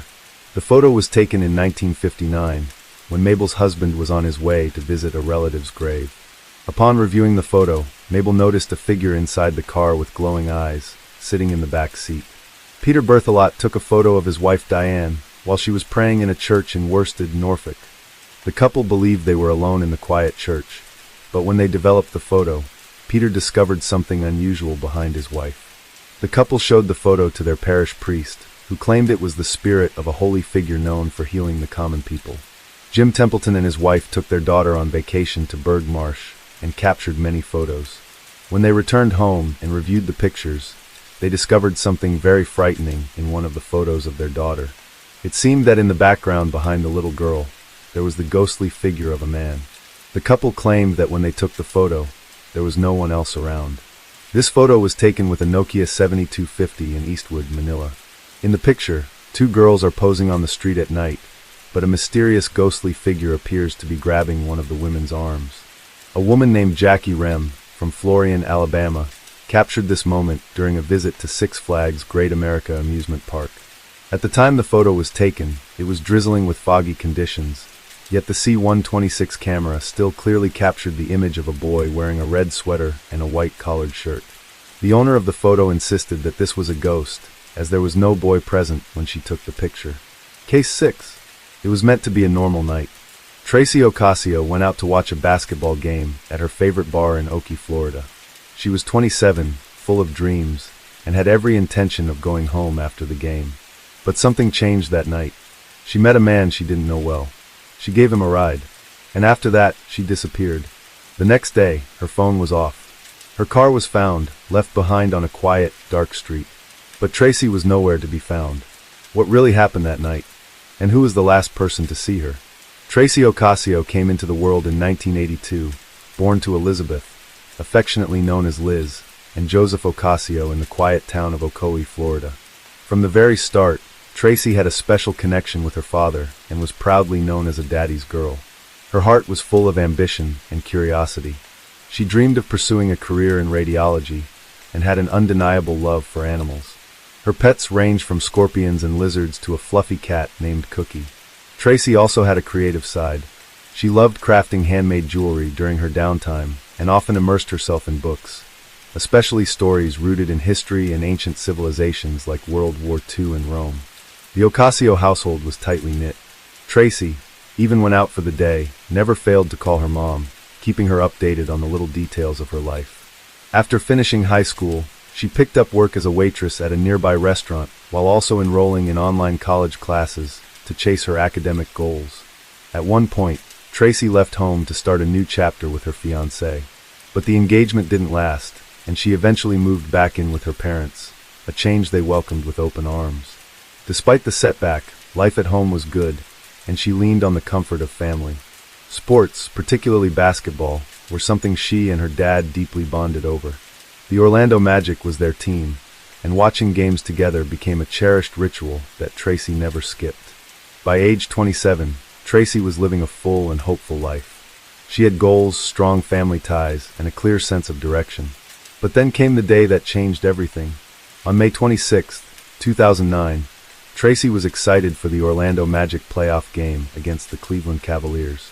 Originally, she had planned to watch it with her dad, but he had to run an unexpected work errand. So, Tracy decided to head to the Florida Tap Room on Raleigh Street by herself, a bar she frequented and where she knew many of the regulars. Packed with fellow basketball fans, it was a familiar and safe space for her. That night, she watched the game surrounded by cheers and energy. But after the final buzzer, something went wrong. Tracy never came home. Liz grew anxious when she didn't hear from her daughter after the game, especially since Tracy was always in touch. Even more concerning was the fact that Tracy had told her she planned to return home immediately after the game. Hours passed, calls went unanswered, and just like that, Tracy had vanished. The next day, her family filed a missing person report, and the search began. Investigators turned to the last place she was seen, the Florida Tap Room. Surveillance footage from the bar provided a crucial clue. Tracy had been captured on camera, leaving around 1 to 1:30 a.m. She wasn't alone. A bald man, roughly her age, was seen with her. They appeared to be enjoying themselves, chatting comfortably before walking out together. Neither Liz nor Joseph recognized the man. Tracy was wearing black jeans, a tank top, a hooded jacket, and a green and white hat that night. There was no sign of distress in the footage. She appeared alert and left willingly. Still, the identity of the man became the top lead for investigators. While they searched for him, a new development emerged. On the evening of May 27th, Tracy's yellow 2002 two-door Chevrolet Cobalt was discovered parked on Franklin Street in Oakley. It was the same car she had driven to the bar the night before. The vehicle was left unlocked in a dark, isolated area. No streetlights, no traffic, no sign of life. It looked clearly abandoned. Inside, there were no personal belongings, no bag, no phone, nothing. The only detail that caught investigators' attention was that both front seats were reclined forward, as if someone had recently accessed the back seat or tried to help someone get in or out. That behavior didn't align with Tracy's habits. First off, she rarely used the back seat of her two-door car. It was cramped and not ideal for an adult. If she had anything with her, it likely would have been stored in the trunk. Adding to the concern, her father, Joseph, made it clear. Tracy hated dark areas and would have never willingly parked in such a spot unless she had no choice. So the question loomed. Why was her car left there? The answer came swiftly. The man seen with Tracy on the night of May 26th was finally identified. His name was James Hadaway. Detectives reached out to him, and surprisingly, he was open to talking. James explained that he met Tracy at the Florida Tap Room. They chatted during the game, and afterward, he asked her for a ride since he didn't have a car. According to him, Tracy dropped him off and drove away. But here's where things got strange. Tracy's car had been found just a few yards from James' home, where he lived with his father. Now, not only was James the last person to see Tracy, but her abandoned car was basically on his doorstep. Suspicion grew fast. Investigators dug into Tracy's phone data. Her phone had shut off around 8:30 a.m. on May 27th, the morning after the game. And the last pinged location? Right where her car had been found. That gave police just enough cause to get a search warrant for James' house. Inside, there was no sign of Tracy, no clues, no items of hers, but there was a large amount of drugs. As it turned out, James had been using drugs while out on bond, which led to his arrest. And that's when more disturbing information came to light. James had a long criminal history, including charges related to juvenile kidnapping. Not long after his arrest, two witnesses stepped forward, friends of James, who said they'd seen him leave the bar that night with a woman matching Tracy's description. One even claimed Tracy went into James' home and hung out there briefly. James had allegedly encouraged her to try drugs, but she refused. After that, she reportedly left. That directly contradicted James' earlier claim that she had only dropped him off. His story was unraveling. Though he wasn't charged in connection with Tracy's disappearance, James was now in custody and unable to flee. Meanwhile, detectives poured all available resources into finding Tracy. They brought in bloodhounds and cadaver dogs, but oddly, the dogs couldn't even detect her scent in her own car. As police continued their investigation, Tracy's father took matters into his own hands. Joseph plastered flyers across Ocoee, searching parks, streets, and abandoned lots, anywhere his daughter might have ended up. With no progress, the family reached out to Tim Miller, the founder of Texas EquiSearch, for help. Volunteers combed over 2,500 acres of land, but there was still no sign of Tracy. All the while, detectives kept questioning James. Though he remained tight-lipped about Tracy, they had growing suspicions. At this point, nearly a month had passed since her disappearance. Digging further into James Hadaway's background revealed a deeply troubling history. He had been in and out of trouble from a young age. Drug abuse, random jobs, shady activities like helping his father dredge ponds, and illegally dumped debris. He was already facing charges, but as he stood trial, new layers of his past emerged. People who knew James came forward with disturbing stories. One common thread was his sudden mood shifts. He could flip from friendly to violent without warning. Several women shared experiences of feeling unsafe around him. Then came the most chilling account, one that mirrored Tracy's case almost exactly. Nearly a year before Tracy vanished, another woman named Rachel Clark had agreed to give James a ride home. As they said goodbye, James embraced her, then snapped. He violently attacked Rachel, tackling her to the ground and whispering, "Don't make me kill you." She fought back, screaming, until a stranger passing by intervened and scared James off. Rachel survived, but she was left with severe bruising, scratches, and trauma.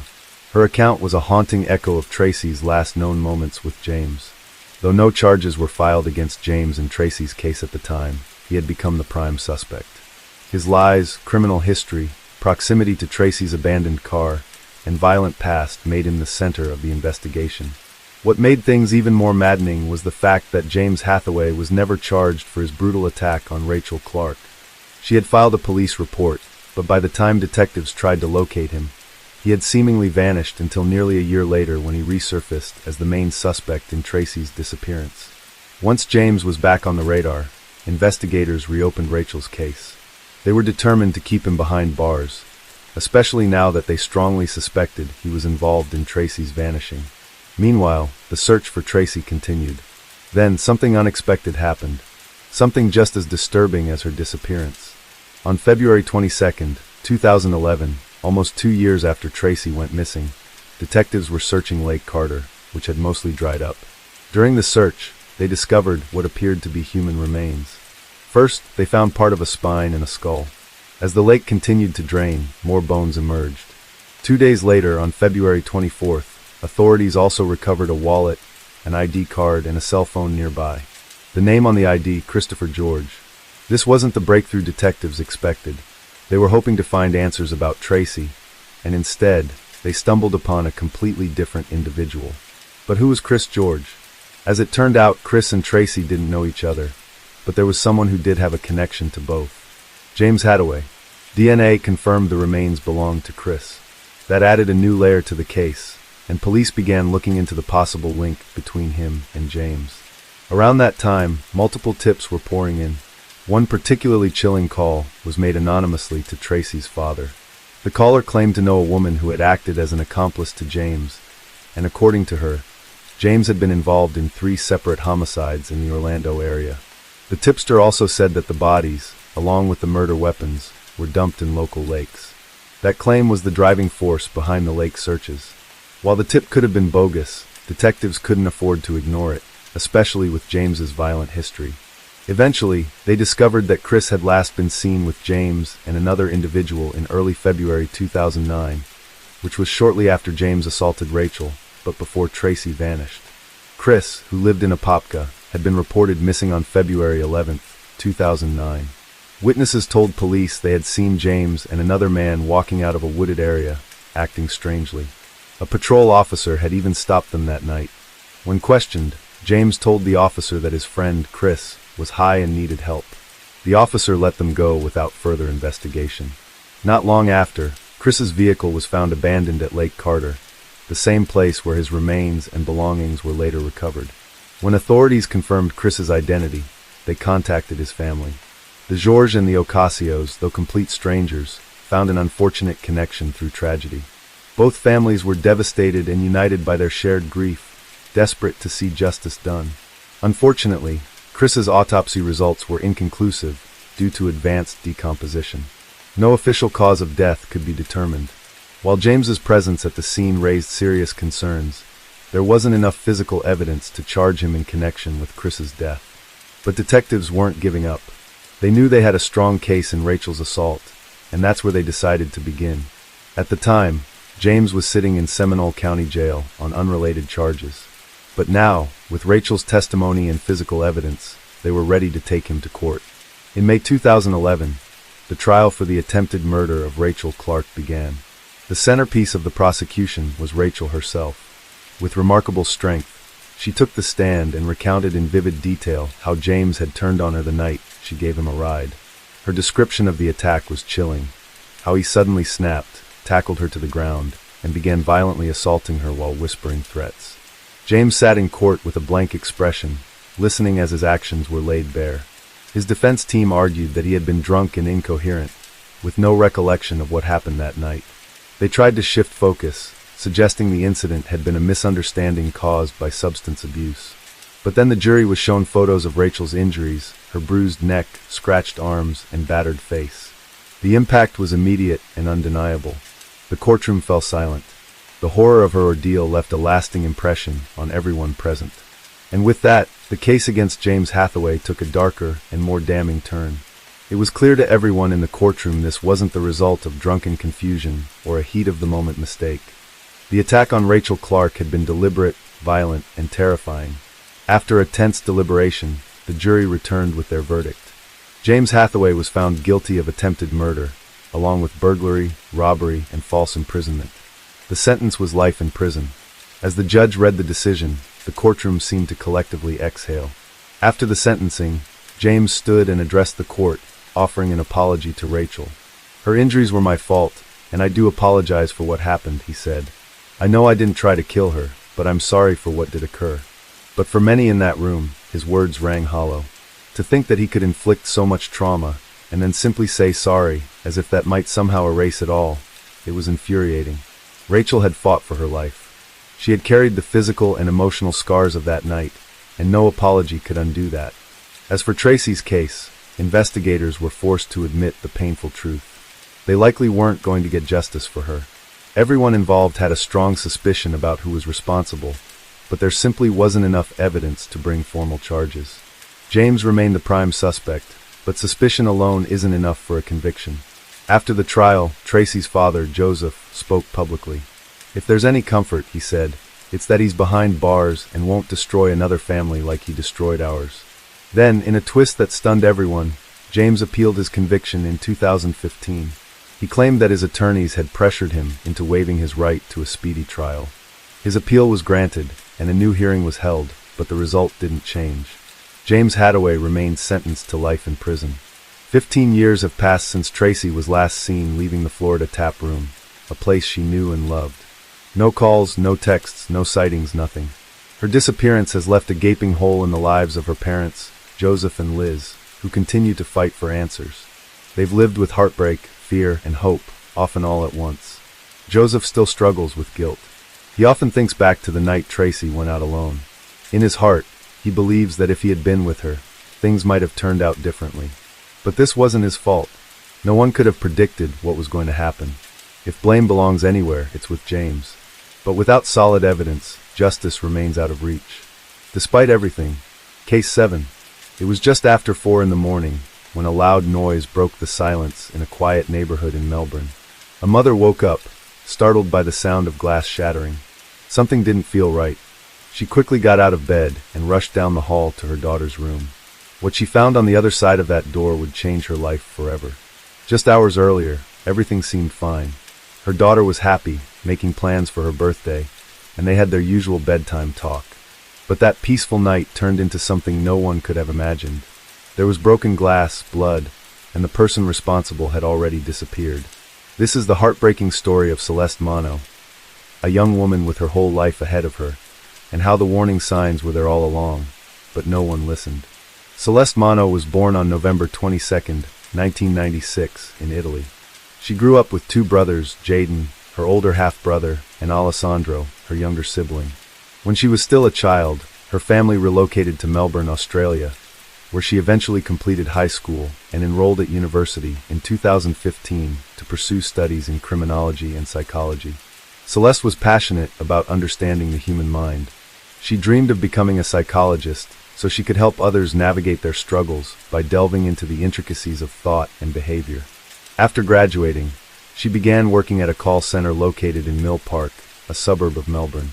Her natural ability to connect with people made her stand out at work, and she quickly climbed the ranks to become a team leader.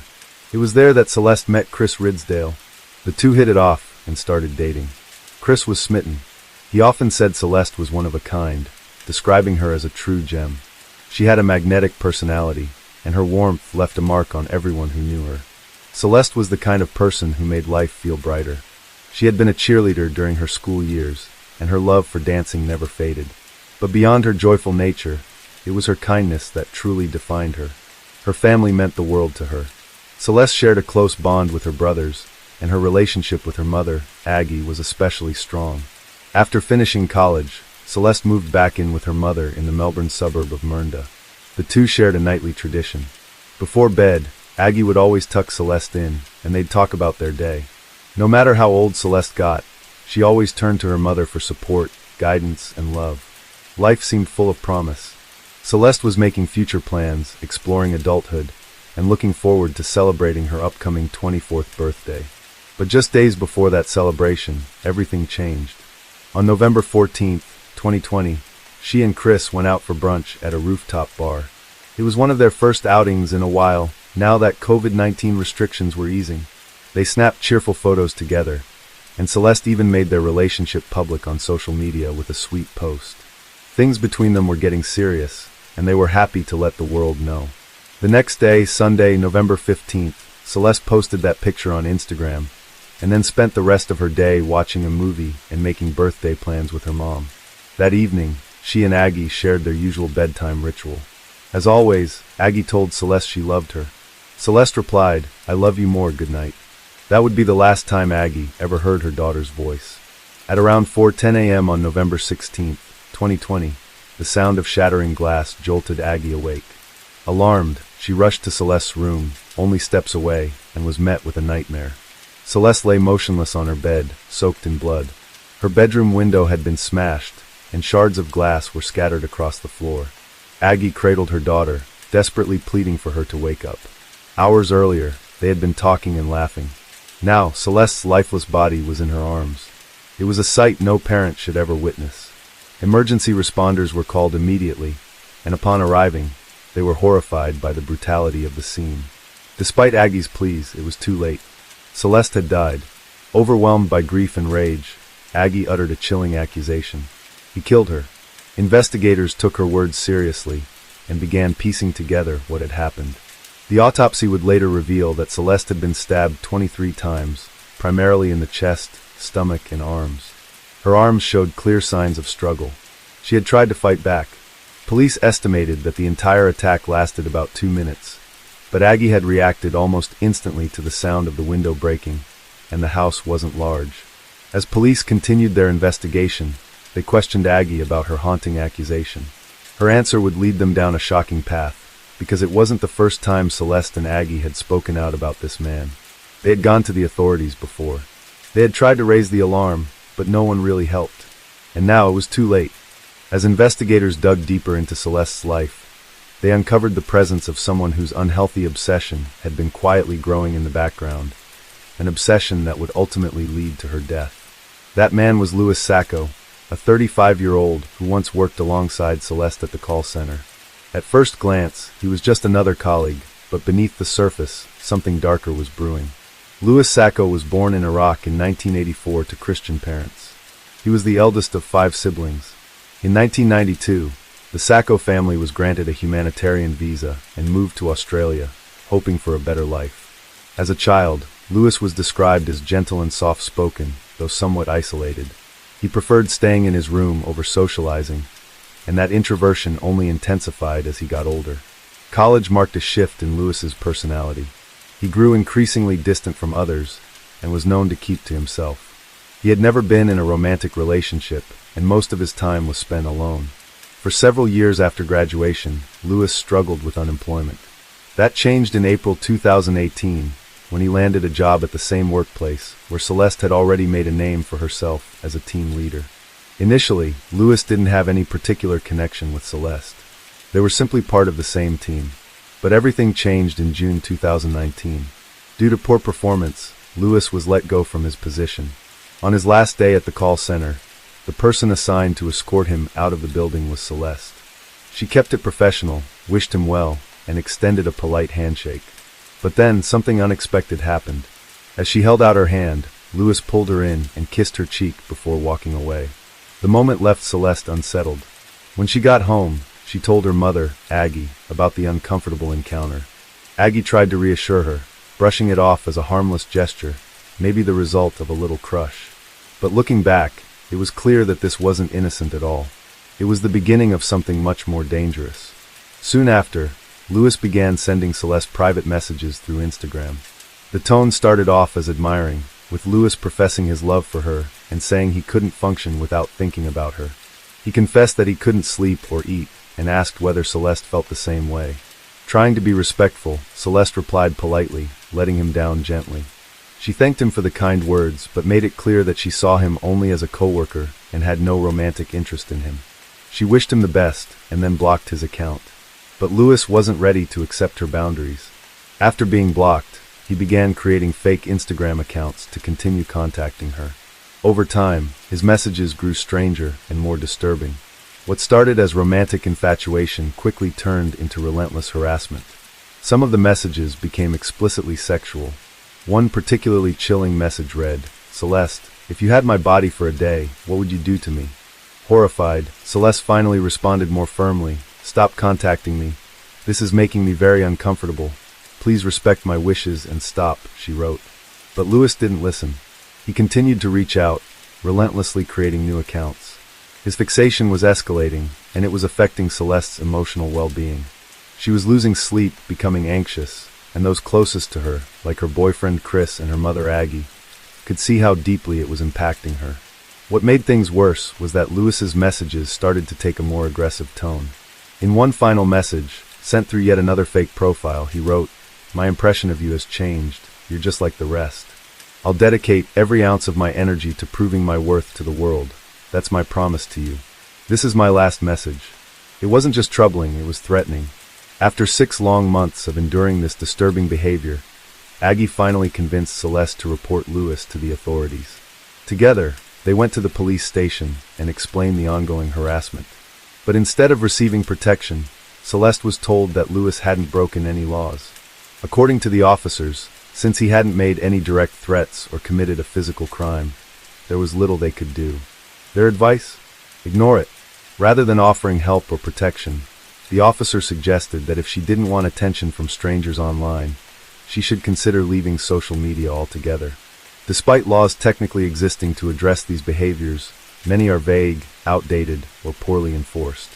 More often than not, authorities won't step in until something violent or criminal actually happens, but by then, the damage has usually already been done.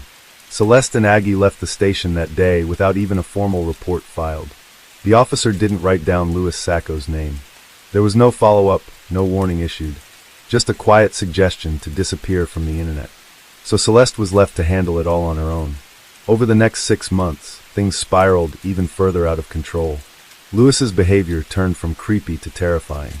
He began parking outside Celeste's workplace, tracking her movements. He messaged her over 140 times from different fake accounts. And in a deeply unsettling move, he even figured out where she lived by following her home from work. Celeste was living every stalking victim's worst nightmare. Her fear was constant, and it started affecting her daily life. She even confided in a coworker, admitting she no longer felt safe, and that she truly believed Louis might one day take her life. She wasn't just anxious, she was convinced her time was running out. It became clear that more needed to be done. So once again, Celeste and Aggie returned to the police station, this time hoping for a better outcome.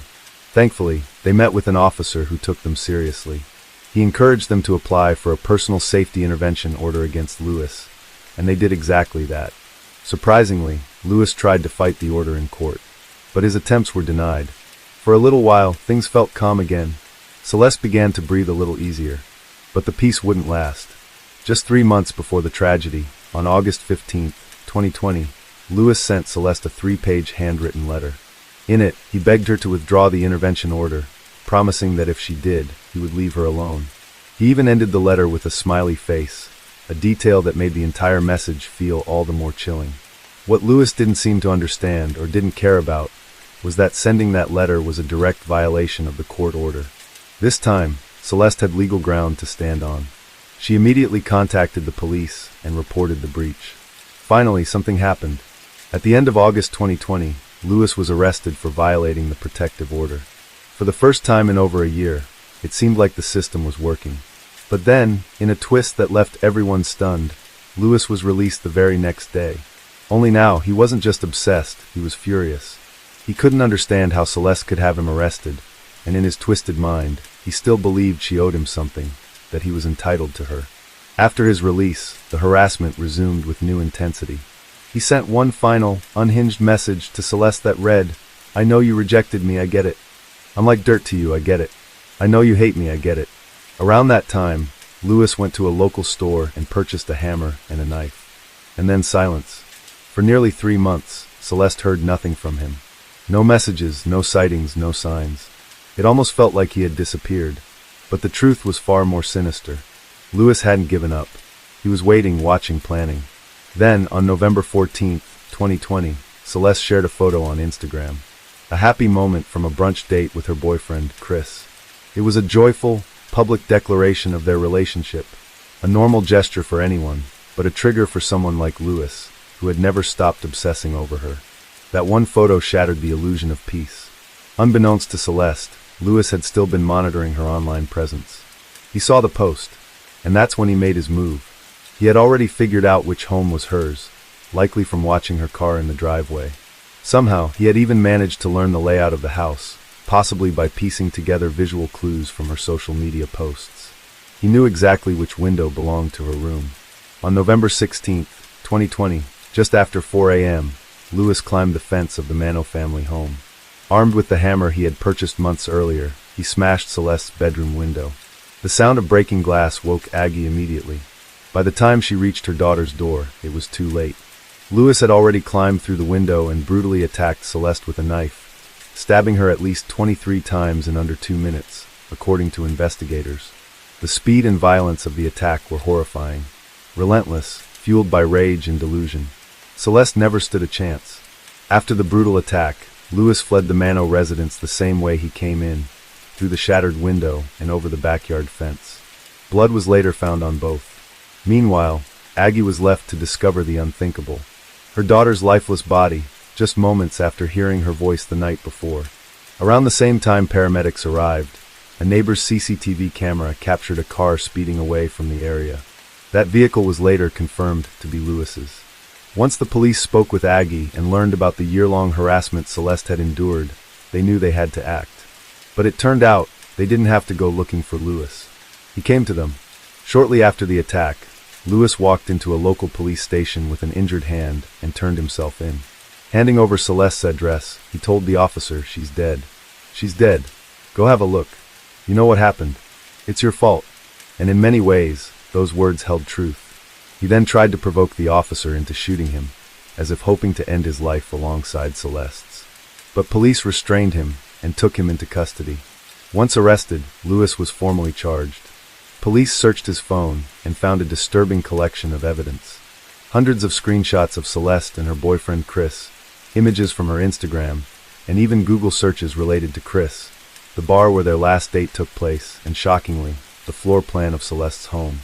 To this day, it's unclear how he obtained that. The legal process was long. Between COVID-19 delays and Lewis's own manipulation of the system, nearly 3 years passed before the trial reached its conclusion. Lewis tried every tactic in the book, claiming mental illness, firing his attorneys just before court dates, and even attempting to represent himself. Though he eventually pled guilty, he insisted he had only stabbed Celeste twice, not 23 times as stated in the coroner's report. He leaned heavily into a defense based on mental instability, and numerous psychiatric evaluations were ordered. One psychiatrist testified that Lewis experienced hallucinations and claimed an imaginary figure named Isha compelled him to act violently. But even the psychiatrist warned the court Lewis was dangerous and likely to reoffend. If given the chance to manipulate others, especially women behind bars, it could be catastrophic. In the end, it became clear that Lewis's attempts to appear mentally unwell were calculated. He wasn't driven by delusions. He He was fueled by rejection, entitlement, and ego. He couldn't accept that Celeste didn't want him, and in his mind, that alone justified everything. On February 29, 2024, Louis Sacco, then 39 years old, was sentenced to 36 years in prison with the possibility of parole after 30. The judge acknowledged the impact of Louis's rare personality disorder. It was this disorder, the judge said, that prevented him from issuing a life sentence. The ruling stunned Celeste's family. Aggie, devastated, expressed that the system had shown Louis mercy, something it never showed her daughter when she begged for help. Celeste's funeral had drawn over 100 people who came to say goodbye to a woman whose light had been extinguished far too soon. Aggie mourned the future she'd never get to witness, Celeste walking down the aisle, becoming a mother, or simply growing older. Her brothers, Jaden and Alessandro, were equally heartbroken. The image of Celeste's smile was etched into their memories, a reminder of the kind, joyful sister they'd lost. Following the sentencing, Aggie began fighting for change. She launched a campaign to strengthen stalking laws and called for mandatory electronic monitoring of individuals under safety intervention orders. She firmly believed that if Louis had been monitored, Celeste might still be alive. Aggie had made a promise to her daughter to seek justice, to make sure no one else would be failed the way she was. Celeste's story is a tragic reminder of just how dangerous stalking can become. Many victims never report it, assuming nothing will be done. And too often they're right. Without decisive legal action or consistent enforcement, cases like Celeste's continue to happen. Even now, stalking remains a crime that's not taken seriously enough until it's too late. Celeste did everything right. She blocked her stalker. She filed reports. She asked for help. Twice. And still, she was left vulnerable to a man who believed he was owed her affection. Now, her family lives with the pain of her absence every day. They continue to advocate for stronger protections, but no law can bring Celeste back. The home she once filled with laughter now echoes with grief. Her dreams were cut short by someone who refused to accept no.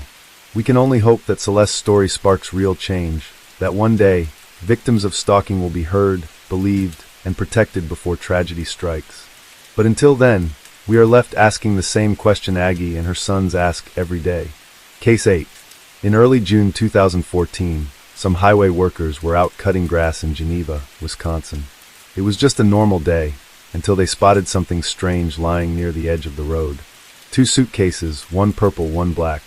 At first, they thought maybe someone had just dumped them. But as they got closer, they noticed a terrible smell and flies swarming all around. When the police showed up and opened those suitcases, what they found inside was horrifying. It would kick off a major investigation that stretched across states and uncover the dark past of a man no one ever suspected. But at that point, no one knew just how twisted the story would get. In early June 2014, road maintenance crews were trimming grass along a Walworth County highway.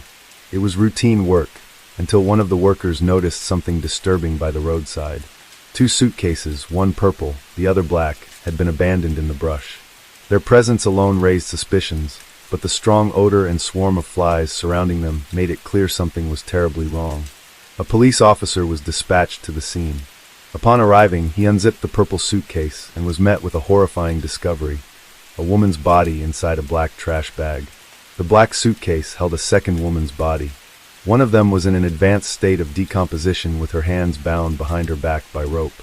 The other woman was found naked, wearing a collar with a rope around her neck. Both had clearly been deceased for some time. The area was immediately cordoned off, and a full-scale investigation was launched. A bulletin was issued across the Midwest. 2 unidentified female victims had been found. The call for help prompted a flood of missing persons reports from departments across the region.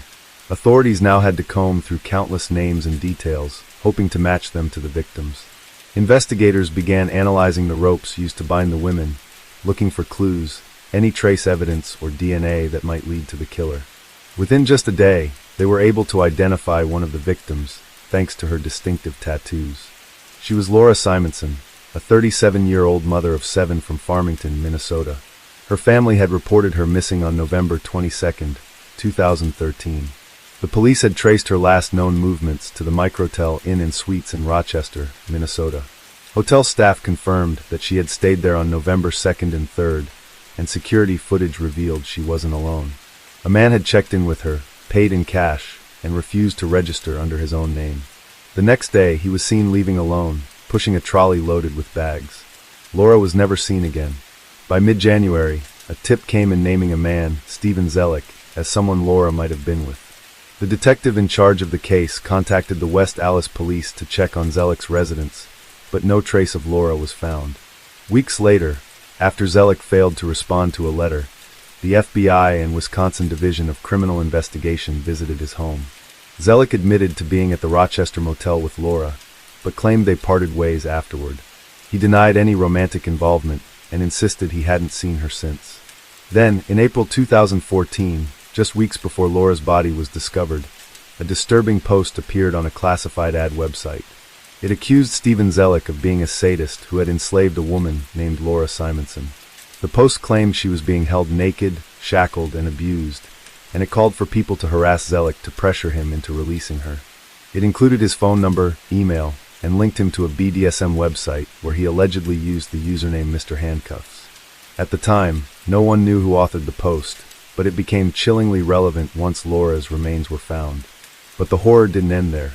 Investigators still had to identify the second victim, known only as Jane Doe. She was estimated to be between 15 and 35 years old, weighing around 120 to 140 pounds. She had an overbite, 2 piercings in each ear, and a small heart tattoo on her lower left pelvis. A forensic sketch was released in hopes of identifying her. Eventually, the sketch reached friends and family of Jenny Games in Oregon, who believed it was her. Dental records from a foster parent confirmed her identity. Jenny was 19, a student from Cottage Grove, Oregon. Her friends described her as cheerful and full of life. Jenny had a young son, but had lost custody. She also had a tough upbringing, spending time in multiple foster homes. Though Jenny had stayed in touch sporadically, her loved ones hadn't reported her missing, believing she had simply moved on. She graduated from an alternative high school with honors and earned a college scholarship. Those who knew her remembered her as resilient and optimistic. Now, detectives had to figure out how Jenny had ended up dead and who was responsible. They uncovered that both Laura and Jenny had been active on the same BDSM website and had interacted with the same man, Steven Zellick. In one message to him, Laura had written that if he ever killed her, no one would ever find her. The man's email was traced to a West Allis apartment. Authorities placed him under surveillance and tracked his vehicle. When he returned home from work, police were waiting. He denied ever meeting Laura in person, but agreed to submit a DNA sample. He admitted to having an interest in BDSM since he was 19, and said it had been part of his life ever since. But investigators knew better: his online alias, his connection to both women, and now the physical evidence were painting a much darker picture. On an obscure corner of the internet, Steven Zellick maintained a disturbing profile. His online presence left no ambiguity. He was searching for a permanent 24/7 slave, someone willing to surrender their autonomy completely. His words painted a dark picture. I seek a no-limits, irreversible form of slavery, captivity, dehumanization. That's what I'm after.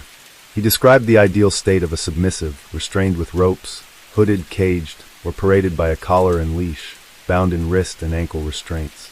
According to him, this wasn't just a preference, it was a lifestyle, and one he was determined to find someone to share. What Zellick didn't realize was that, despite all his precautions, the digital trail he tried so desperately to erase still lingered. His computer had been equipped with software that constantly wiped data. Tens of thousands of deletions were logged, but the authorities had access to Laura Simonson's laptop, which had retained copies of their online conversations. Even worse for him, investigators had already collected footage from the hotel surveillance cameras. He was seen checking in with Laura, hard proof they'd been together, but circumstantial evidence wasn't enough to secure a conviction. Detectives needed something indisputable to tie him to the 2 dead women. That's when forensic analysis of the rope used to bind Jenny Games revealed a crucial breakthrough. DNA found on the cord matched that of Steven Zellick. With this confirmation, police obtained a warrant to search his West Allis apartment. What they found was unsettling. The unit itself was grimy, but tucked away were cleaning agents, bleach, and other tools typically used to scrub away evidence. Investigators also found one of the very suitcases used to transport the bodies. Inside it, sex toys, bondage devices, and a legitimate police badge. The man at the center of this investigation wasn't just a fantasist hiding behind a screen. He had once been a police officer. Zielik had served with the West Allis Police Department from 1989 until he resigned in 2001. But his record was far from clean. Internal affairs documents painted a troubling picture. He had misused his authority, stalked women while on duty, and accessed confidential records to find their personal details. Altogether, 10 disciplinary actions had been documented during his time in uniform. Allegations ranged from intimidation to abuse of sensitive police databases for personal use. A recorded conversation between Zielik and his police chief captures a tense exchange. The chief questioned the appropriateness of repeatedly approaching women while on duty. Zielik claimed his behavior was never improper. Very casual, he said, but the complaints from local businesses and individuals painted a much different picture. In May 2001, one dancer accused him of offering $300 for a private show. She agreed to visit his home. Once there, she claimed to hear the sound of handcuffs being readied. Fearing what was about to happen, she tried to flee, only for Zielik to allegedly throw her to the ground and choke her.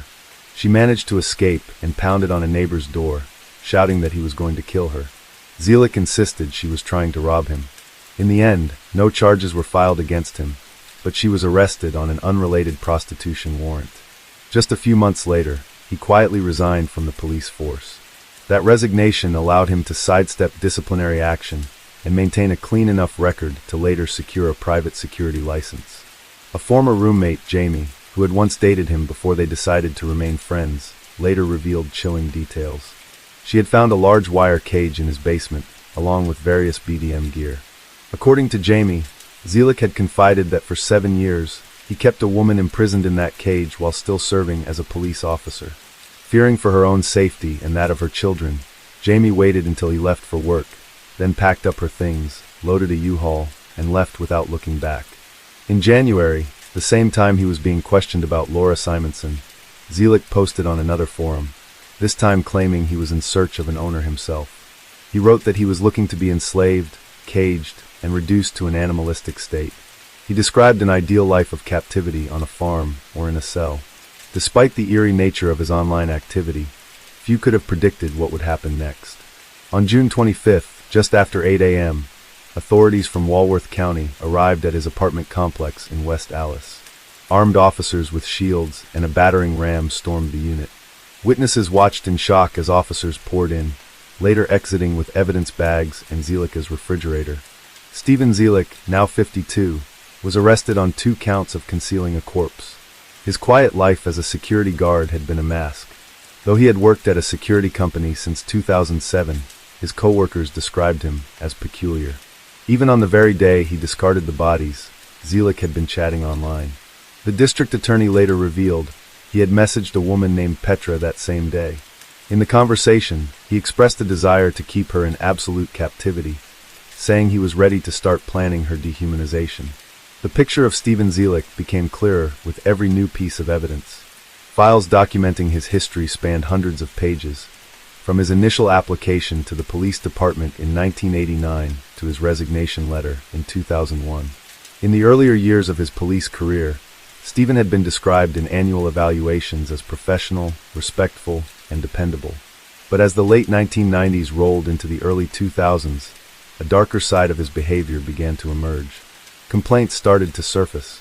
Multiple women came forward, reporting that Zielik had followed and harassed them while he was on duty. According to prosecutors, his story with Jenny Games when she was just 16 and still in the foster care system. She and Zielik first connected through a bondage-themed website. Their communication paused and then resumed when she turned 18. He convinced her to come live with him in Wisconsin, encouraging her to delete her social media and disconnect from people she knew. In August 2012, Jenny boarded a one-way flight to Milwaukee, telling her family she was enrolling in welding school. Zielik picked her up at the airport, and they checked into a hotel in Kenosha. Later, he would tell police that they had engaged in breath play, a risky practice involving restricted breathing. He claimed that during a session, he lost control while she was tied up and blindfolded, unintentionally strangling her. His attorney argued that what followed was panic. He placed her body in a suitcase and brought it back to his apartment, storing it in his refrigerator. Jenny's remains stayed there for over a year. As the body began to decompose, the fridge could no longer stay shut, so he taped it closed. After his arrest, Zielik confessed to his involvement in Jenny's death, but the police emphasized that they still needed to determine whether it met the legal definition of homicide. Jenny, originally from Cottage Grove, Oregon, had told family in late 2012 that she was relocating, her way of protecting them, but also the reason they never filed a missing persons report. Friends remembered her as big-hearted and full of good intentions, but when authorities questioned Zielik, he couldn't even recall her name. Jenny's body remained in the refrigerator until Laura Simonson entered the picture. Like Jenny, Laura had met Zielik online. The two arranged to meet at the Microtel Inn and Suites in Rochester, Minnesota. Zielik once again encouraged her to delete her social media, sell her car, and cut all ties. According to his account, Laura also died during a breath control session. Another accident, he claimed. Laura was discovered naked, with a gag in her mouth attached to a collar. Jenny's body was wrapped in plastic, her hands bound behind her.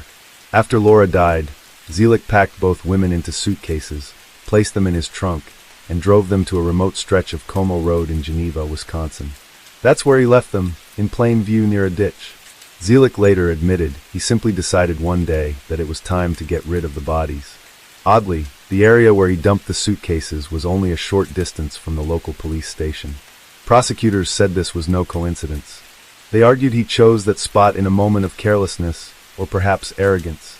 Despite the gruesome details, Zielik's defense team painted a different picture. They claimed the deaths were accidents, not crimes, and that by leaving the suitcases in the open, he hadn't tried to hide anything. They argued he wasn't trying to conceal the bodies, just to be rid of them. Zielik was formally charged with 2 counts of hiding a corpse. His defense attorney requested a $50,000 bond, citing his college education and community ties. But the judge wasn't convinced. Bail was set at $1 million. The judge said the high bail was necessary, both to ensure public safety and prevent Zielik from fleeing the jurisdiction. At that point, the only charges filed were related to concealment of the bodies. But given the evidence piling up, particularly the similarities in how both women died, that would soon change. On Tuesday, August 5th, Stephen Zielik was formally charged with first-degree intentional homicide and hiding a corpse in connection with the death of Jenny Gaines. The charges marked a turning point in a case already steeped in horror. Because Laura Simonson had died in Minnesota, legal proceedings for her case were being handled there and were paused until the Wisconsin trial concluded. Kenosha County District Attorney emphasized that Laura's death had been critical in unraveling the truth behind both killings. Zielik had quickly become a suspect in her disappearance, especially after security footage showed the two checking into a hotel together. These deaths were accidents or the result of misjudged games. Laura's family described her as a fragile individual, someone who had struggled with mental illness. Her father revealed that she had been posting escort ads on Craigslist, and in 2010, her children were placed in his custody. The family had already endured a heartbreaking loss when Laura's 13-year-old daughter, Alyssa, who had disabilities, passed away in June 2013. In the months that followed, Laura's other daughter, Kaylee, launched an online fundraiser seeking help for her grieving mother. She's homeless, her car is falling apart, and it's the only shelter she has, Kaylee wrote. The campaign never raised funds, but by fall, Laura was living with her own mother, Mary, in Farmington. On November 2nd, she left to meet someone she had only known online, Stephen Zielik. 20 days later, her disappearance was officially reported. Prosecutors were preparing to argue that the killings were calculated. Zielik, they said, intentionally targeted women who were isolated or vulnerable, encouraged them to sever their digital and personal connections, and ultimately used methods of killing that left minimal forensic evidence. Zielik's background in law enforcement may have helped him both commit the crimes and manipulate the investigation. Then came an unexpected twist. On the very day jury selection was set to begin, Zielik reached a plea agreement. In a move that stunned even his own legal team, the former West Allis police officer pled guilty to killing 19-year-old Jenny Gaines. Her remains had been discovered in a suitcase off a Wisconsin highway in Walworth County in 2014. The plea meant that Zielik, then 54 years old, was facing a potential 75-year prison sentence. The state planned to seek the full term, ensuring he would spend the rest of his life behind bars. The original charge of first-degree intentional homicide was reduced as part of the plea deal. Zielik admitted guilt to first-degree reckless homicide with the use of a dangerous weapon, the rope used in Jenny's death, and to hiding her body. In total, he received 35 years in prison, with 10 additional years of supervised release. An extra 5 years were added concurrently for the charge of concealing a corpse. During sentencing, Zielik showed little emotion. He did offer a brief apology, describing Jenny as a good person. But the prosecution portrayed him as a predator, someone who had deliberately sought out women on the margins of society, then used their trust to destroy them. "I would undo it if I could," Zielik said, insisting her death had not been intentional. The district attorney later said he was satisfied with the sentence, believing it would ensure public safety. Zielik's defense lawyer, Jonathan Smith, urged the judge to consider that Laura's death happened later and should not weigh into Jenny's case. But the judge disagreed. Then it was time for the trial for Laura Simonson's murder. Now 55, Zielik pled guilty to second-degree murder with intent in her death. For that, he received a 25-year prison sentence. Although the judge acknowledged that Zielik had cooperated with the court, she determined that the maximum penalty was appropriate. The judge described Laura Simonson as a mother, daughter, sister, and friend. She said, "You will stay in prison long enough to ensure no one else suffers at your hands." Some members of Laura's family had hoped for a harsher punishment. Her daughter called him a monster and said, "Maybe while he rots in a cell, he'll understand the pain he caused." Because the two sentences are to be served consecutively, one after the other, Stephen Zielik will remain in prison for the rest of his life. There's no easy way to close a story like this. What happened to Laura and Jenny is heartbreaking beyond words. Both were mothers. Both had been through unimaginable struggles, and both fell prey to a man who saw their vulnerability as opportunity. Let us know what you think about this case in the comments below.